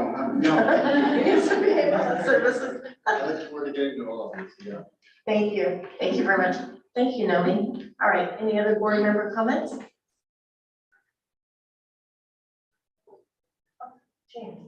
James. I know I've been given my share of time to talk today, but I just want to recognize that I'm not so myopic that I don't recognize that there are other issues in behavioral health and mental health services in the community other than veterans. So I appreciate what everybody's doing. I appreciate the presentation today as well. I do want to announce I will be presenting at the Suicide Prevention Council meeting on December 13th for the nonprofit that I'm the president of. And other than that, just November 11th was Veterans Day. So we've celebrated that recently as well. So I do look forward to this continued work with this board. Can you repeat where you're presenting and when? I am presenting with the Suicide Prevention Council on December 13th. We'll have a flyer, it'll be hybrid, and then here in the training room from 2 to 4. That'll be a little more in depth about the work we're doing. And it's our work really revolves more around prevention than catching people in crisis. We're trying to prevent the crisis from occurring. All right, and that again was December 13th from 2 o'clock to 4 o'clock here in the training room. Okay, thank you. And on Zoom. And on Zoom, great, thank you. And we look forward to hearing you. Thank you. All right, if there's no other board member comments, secretaries, oh wait, Genevieve, go ahead. I'm always like the last one. I did want to uplift that today is Transgender Day of Remembrance. And today at Ventura College at 6 p.m. There will be an event. It's the 8th event, it's for the 8th year in a row that Ventura County has commemorated Transgender Day of Remembrance, and it's being put on by Pride Pirates and Associated Student Body at Peace, Ventura College, the Transverse and Diversity Collectives. That's today at 6 p.m. And again, Transgender Day of Remembrance is a day to remember the folks that we have lost to violence in the transgender community. So thank you. And the location again, Genevieve? The flyer I have says Ventura College, and so Guthrie Hall. It's on Telegraph Road. thank you. Okay. Thank you, Greg. Thank you for that, Genevieve. All right, now secretary's report. Thank you, Chair. First, I want to apologize for my tardiness. The one-on-one freeway was not having anyone move on it today, so I apologize. So we have one thing to say today, that District 2, the rail still has a vacancy. I believe that will be coming soon, but as of yet, no appointee. Other than that, we are a full board at this time. Lucky button. Thank you, Jen. Thank you, Jennifer. All right, next, under old business, site visit resumption. I know one of our BHAB members who is not here today is going to be leading a site visit, so I suppose we'll get some updated information on that.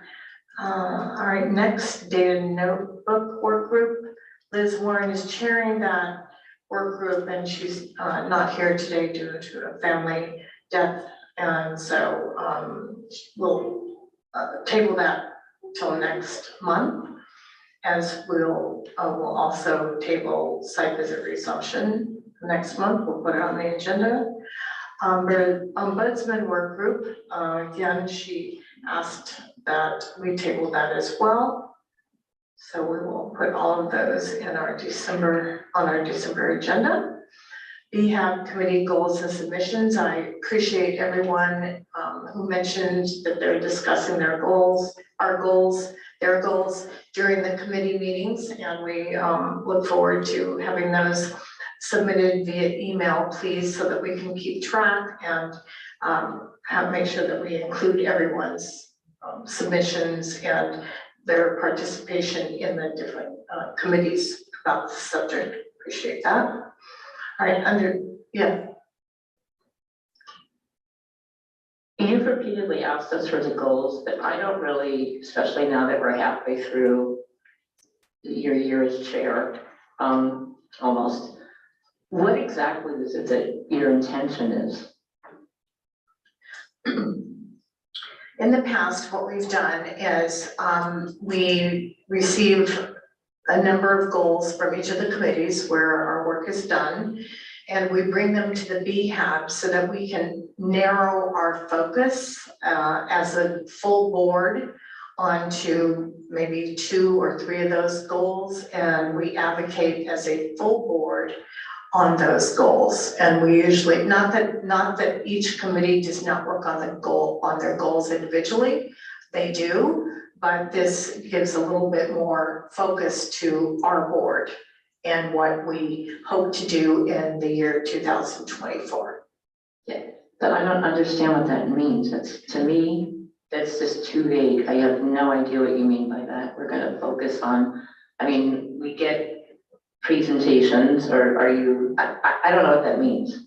Specifically, concretely, behaviorally, what is it that once this vote takes place, you, and not like what happened in the past, as you're envisioning and asking this work from us, what specifically, concretely, behaviorally is your intention that we do with these goals? Well, I think that's open for discussion once we make a decision about what goals it is that we would like to prioritize, how we'd like to proceed with that. It could be a board letter to the board of supervisors. It could be a work group to focus narrowly on a particular subject. And that's usually what we do. A board letter to the board of supervisors is usually something that they, about which they take notice, and that might be something that we will consider, but it's not my call. It'll be a discussion amongst our board, and we can decide at that time, once we narrow down which goals it is that we, or priorities that we would like to work on. Does that help? Well, my decision-making process is I would like to know what's expected, and then I decide like what fits into that. Like if it were a letter, it's less commitment than doing a work group. So it's a confusing process to me, and it's different from how I personally kind of operate. But thank you for at least some clarification. Sure, and like I said, it's not my call. It will be up to, we will discuss it amongst the entire board, and then we'll proceed on what exactly we would like to do with this particular goal or these particular goals, and how we want to proceed moving forward. All right. Okay, presentation requests. Are there any presentation requests from any of the board members?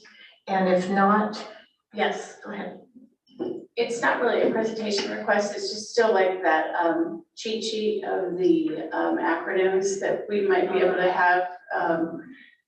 I know from being a community college trustee, we had our own set of acronyms, and these are all new, and it just would be great if we all knew what they were. Thank you.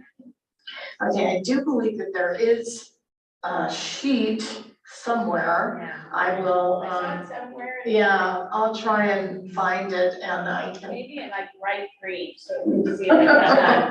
Right, because I know it is confusing. I remember when I first joined the board, I had no idea what MHSA was, or IPU, or CIT, or any of the acronyms, so we'll try and get that. We'll try and get that together and submit it to all our board members and the public as well. We'll put on the master list. Jennifer?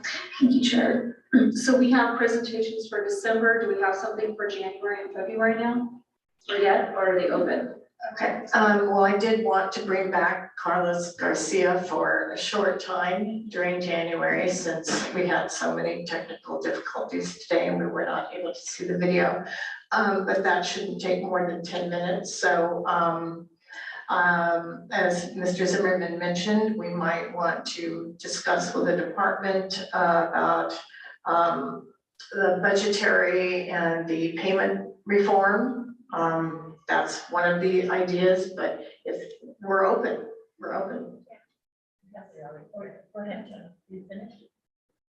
I was just, since we're maybe talking about veteran services, maybe bring someone from the community colleges, what they offer at their veteran centers and how they could work better with these other groups. We have a lot of public agencies that do a lot of good work, but they don't always all know each other's doing very well. Just a thought. Thank you. And Jackie's not here today, so we may already have something in the queue for January or February. I know that one of the contractors, Tunnel, Pacific Clinics, Tunnel, they did present to the prevention committee, and it was such a powerful presentation. I would like to put them down for one of these months early in the new year as well. But if anyone has any ideas and you want to think about it, please submit it via email and kindly CC Jackie if you would, please. All right, recognition award. Oh, Chris, go ahead. Sorry, Jess.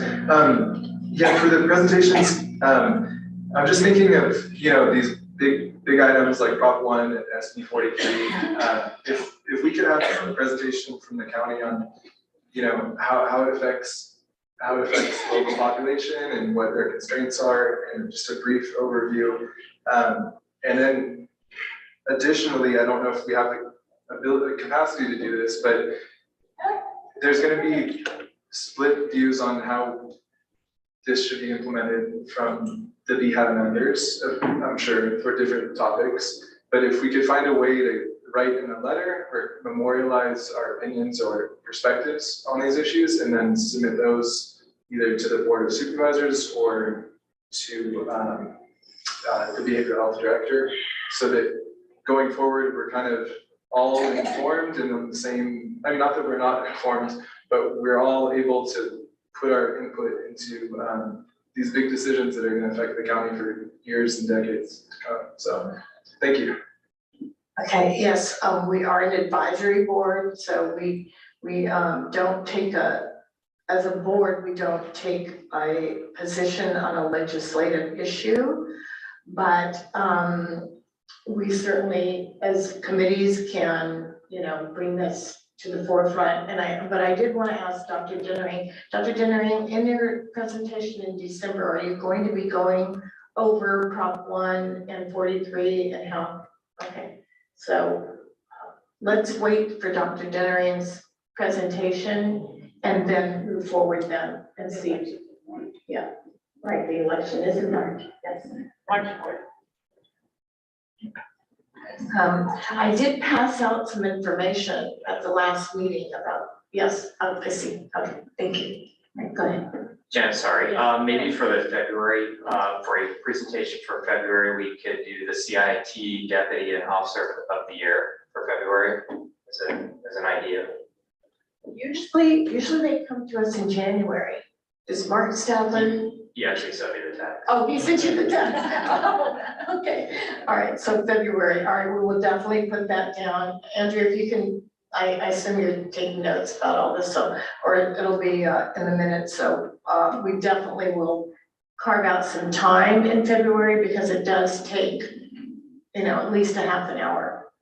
And it's our pleasure to do that every year. Thank you. Thanks if you could let Mark know. Thank you, Sean. All right.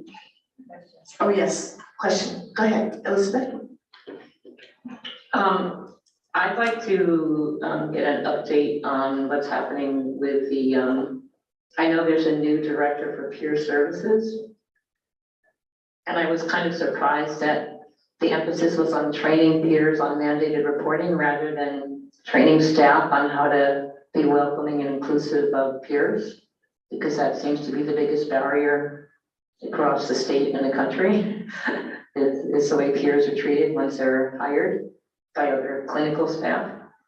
But I that's my editorial on that, but I'd still like to meet the person and just kind of hear an update, because I hear there's a lot of things expanding, and Sergeant Pusey was just mentioning that it looks like there'll be some peers going into the jail, so I'd like to hear about that. And then also the expansion of the bridge housing and housing, and how, you know, as I mentioned, the point in time count is going to be used for planning for behavioral health services funding in the future. So maybe just a presentation on, as we see the housing department, Susan Whitewood's department expanding, and like what some of the vision for that is, about what that's gonna look like. Okay, Dr. Dennery has some Yeah. comments.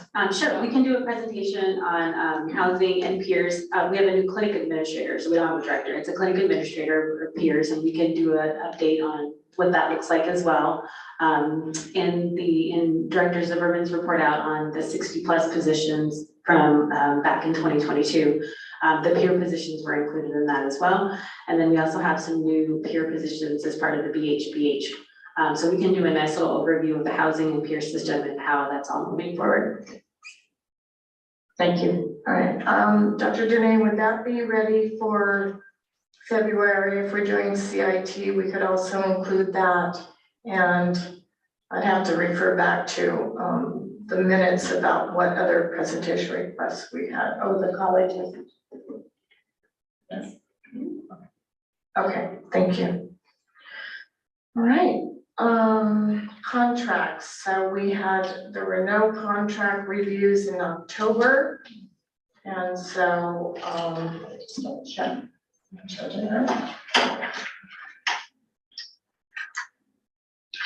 All right, none for October.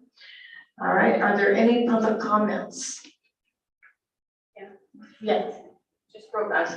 I'm always reminded, you know, when we're in the middle of things like this, just kind of how that average citizen, and the average citizen this time happened to be my 88-year-old mother, who someone in her housing development got very angry with her, tried to take her phone from her, but it was wrapped around her, and yanked my 88-year-old mother around pretty well and had to go to the doctor. But when she did the report that she was asked to do to the police, just so it was reported, she did press charges, but she said, I wish she could get just, you could have anger management. And I just said, no, it doesn't work that way. Boy, we wish it did, that we had those kind of services. But I mean, that's kind of, the community at large has no idea the shortage and all of the things that are dealt with in this department, in this world every day.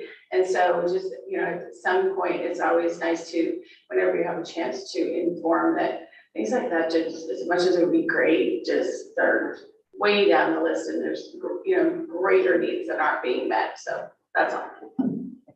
Thank you. You would think that the area on aging, right, UCAA would, like, they have some stuff like that. I mean, everything doesn't have to reach this level of serious mental illness, right? That's an emotional literacy thing, right? So I would imagine, especially now that UCAA or disability services all under healthcare, I think we can start encouraging people not to immediately pathologize some of these things, right? And look for services like that from other agencies as well.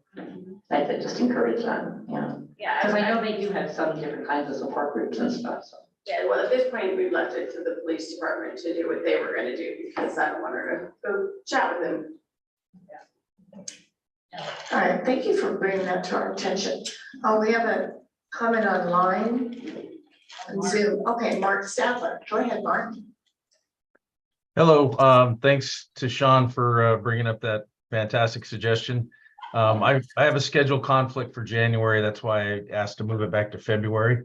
But we'll also be doing the Susan Lucky Award, recognizing a behavioral health worker for their coordination with law enforcement and their hard work too. And we should be 20 minutes. I think 30 is probably the longest we've ever gone, but we'll try to keep it brief. Okay, well, you know, it's our pleasure to do this every year for CIT. So we appreciate that. And we will do it in February rather than January. So thanks, Mark. Thank you. All right. Is there another public comment? Yes. Hello, I'll be brief. Hi, everyone. My name is Brent Reisender, and I'm the new executive director at Spirit for Santa Paula. And my request is in recognition of Kate Wilson Bolton within this county, let alone within the state. She's created, I mean, she's a miracle that has created miracles among miracles. And so if you don't know, yes, it's a homeless shelter, but it's not, it's so much more than that. We recycle over 1.5 million pounds of food in the county per year. Where I say that, so we have a zero budget for food because of what we're recapturing from the city, when it's not going to landfills, along with filling, you know, we feed over 1,000 families within the community each week. So the shelter is more than just a shelter.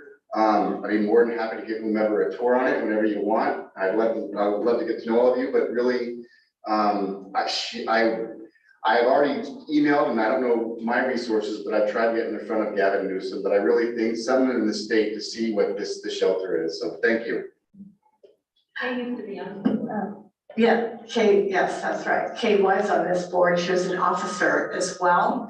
Nomi, if you would like to work together with your new director and give us some information on Kay, and we can, I think it would be Claudia, someone is, I see your hand. Be right there, Claudia. We would love to recognize Kate Wilson Bolton. She's been a pillar of the community in Santa Paula and for all of the community throughout many, many, many years. So if you want to do that, that'd be great. Okay, thank you. Thank you for the idea. All right, Claudia, go ahead. There's a public comment. Go ahead, Claudia. Sí, ¿me escuchan? ¿Se escucha mi voz? Sí. Bueno. Sí, Claudia, adelante. Gracias. Sí, solo quería dar el comentario que yo asistí tarde a esta junta, pero no pude conectarme en el servicio de interpretación con el globo. Entonces, solo quería pues recalcar ese punto de que cuando asisten personas de hispanohablantes que pues tal vez lleguen tarde y tal vez no escuchen las instrucciones al principio de la junta, ¿cómo es que se les hace saber a ellos que se conecten en español para poder escuchar toda la materia que están discutiendo? Es mi pregunta y pues preocupación. Gracias. Would our interpreters please like to interpret that for us, for the people here in the room? Basically saying that she joined the meeting late and there was no notice on how to connect to the Spanish interpretation. And if they're speaking, Spanish-speaking people in the meeting, there should be a notice, something to let them know how to connect if they join late to the meeting, and to be able to have that interpretation. Okay, thank you, Claudia. That's a technical situation and that I would have to defer to the department about. Is there any way to do that? We do it usually each time. I think it's just that Jackie's not here and. Okay. Yeah, I understand. Okay, is Claudia still on the meeting? Yes? Sí. Aquí estoy. Right.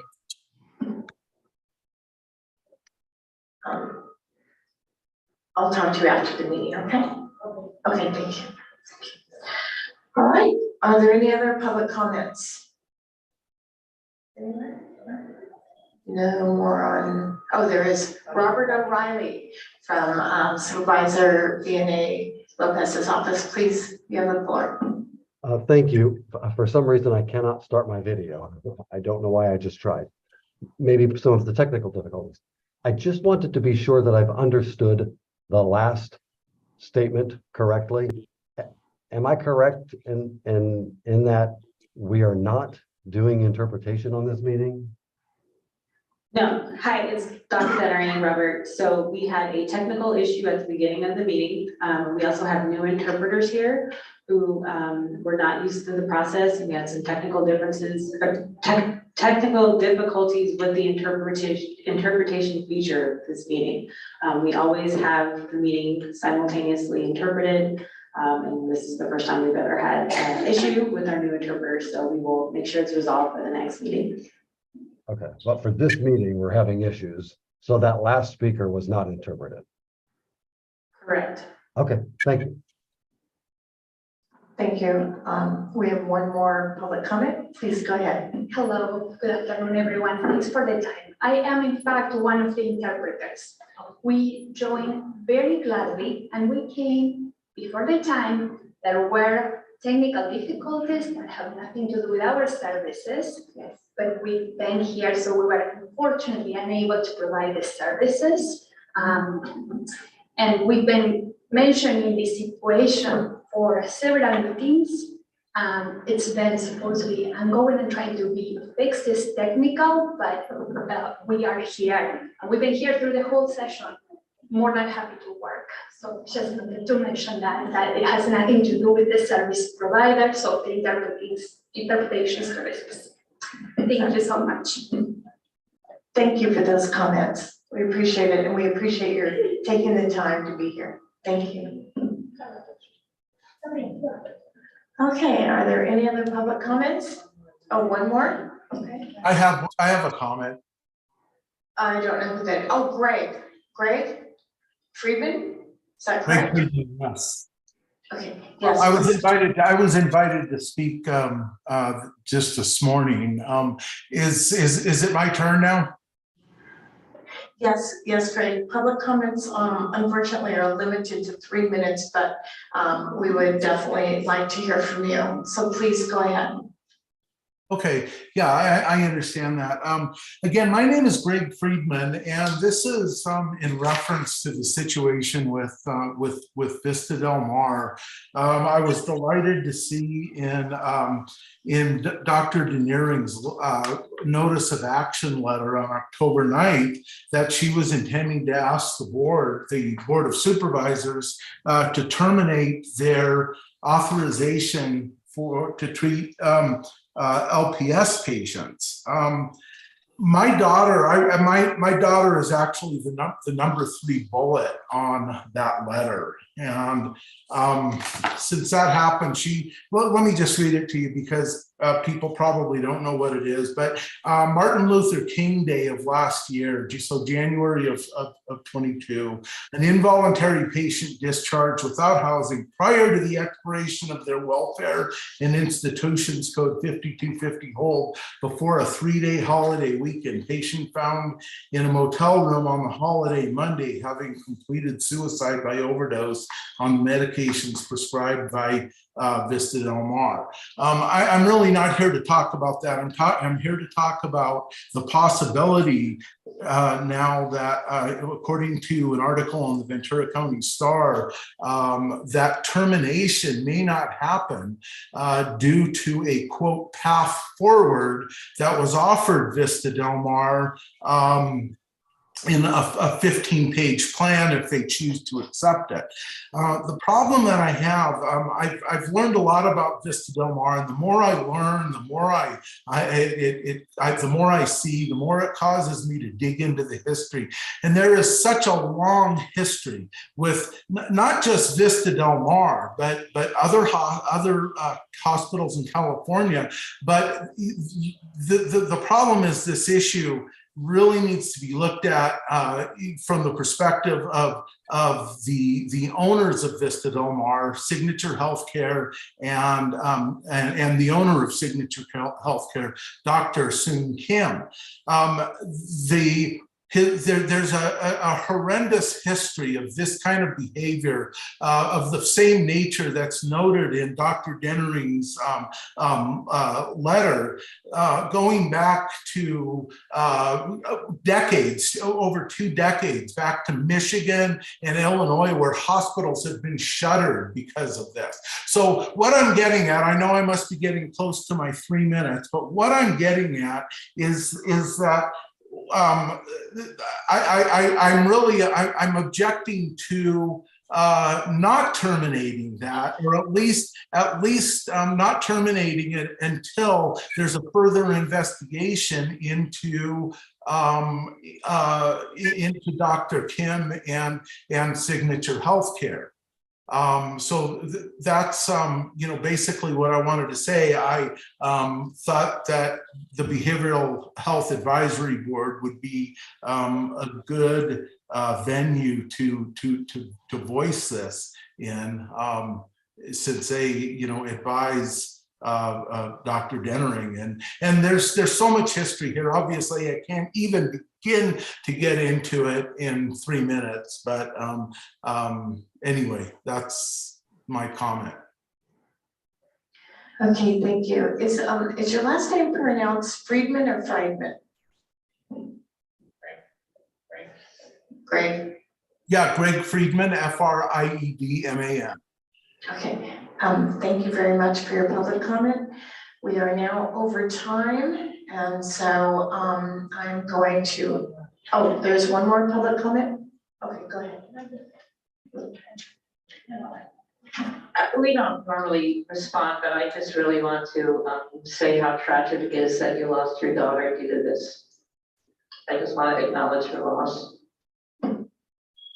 Oh, well, thank you very much. Yeah, it's just a shame that, that this has to happen. And what is amazing to me is, despite a CDPH, conclusive CDPH investigation, and not just with my daughter, but so many other cases, how do they keep getting away with this stuff with, virtually no penalty? And I guess the point here is that at some point somebody's got to rise up and stop this, because if their authorization isn't terminated, there's going to be more LPS patients put at risk by their continual failures to properly treat these patients. And I don't know, it seems like there's no greater responsibility, than for the county to be able to provide a safe venue for these patients to go. And like I say, this problem needs to be looked at a higher level, because it's well beyond just Vista Del Mar and well beyond California. And so I hope somebody takes a look at those bigger issues. Before the Board of Supervisors meeting on 12/5. So thank you very much for listening. Thank you. We have one more comment, and then we need to close the meeting. We're now running over time, so if you could just. Hi, my name is Delmonica Jones. I wanted to acknowledge Greg's loss as well, because this happens all too often. My sister was drugged and raped, sexually assaulted, because of an institution let her go instead of providing the appropriate care for her. Even recently, she was transferred out of Ventura County because I was told that there weren't resources here for her level of care. And so that makes it harder for our family, who has been very involved in her care, to continue to be very involved because it's so far away. Like I said, I'm here, I'm all about solutions. I don't want to continue to highlight the failures. I'm sure everybody here is aware of the failures in the system. But I very much so would love to be a part of that solution, and whomever it is that is able to make decisions when it comes to how people move through this system and what services, because even with what we've experienced, hold on, honey, the doctors are the ones that are making these calls, and we want to allow them to do their job, but at the same time, if the ones that are in place are not able to make the right call, then what is it that the families can do? You know what I mean? What other recourse do we have? Because we're trying to have to lean on the people that are educated in those areas to make those decisions. So I just want to know, like, who is it that I can speak with directly, even if it's joining this board or one of your committees, like whatever it takes. I'm available to be able to help make some of those changes, because my family has suffered a lot over time. And if I could help somebody's family you know, not have to experience a loss because of the failures in the system. If it's just one person, then I'm willing to do that, whatever it takes, you know? So, again, I'm just letting you guys know that I'm a constituent, I'm here, I've lived experience, and not just in one area of mental health. My daughter was sexually assaulted and kidnapped earlier this year, and is now, you know, having to get counseling and things to work on her mental health. But we've also seen failures in the system in trying to get her the appropriate type of care that she needs. And thank God I have a church that has been super supportive and where I don't have to use a system to have that care provided. But we are getting it from professionals. But it's basically, I'm sorry, I got a little deterred, but I have experience in many different areas of the healthcare system, the mental health crisis, and I can see this problem from a lot of different angles to be able to lend to that conversation. So please let me know how I can help.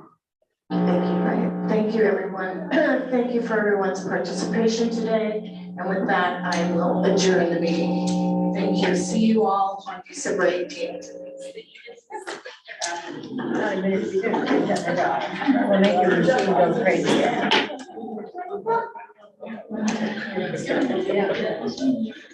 I know, I know.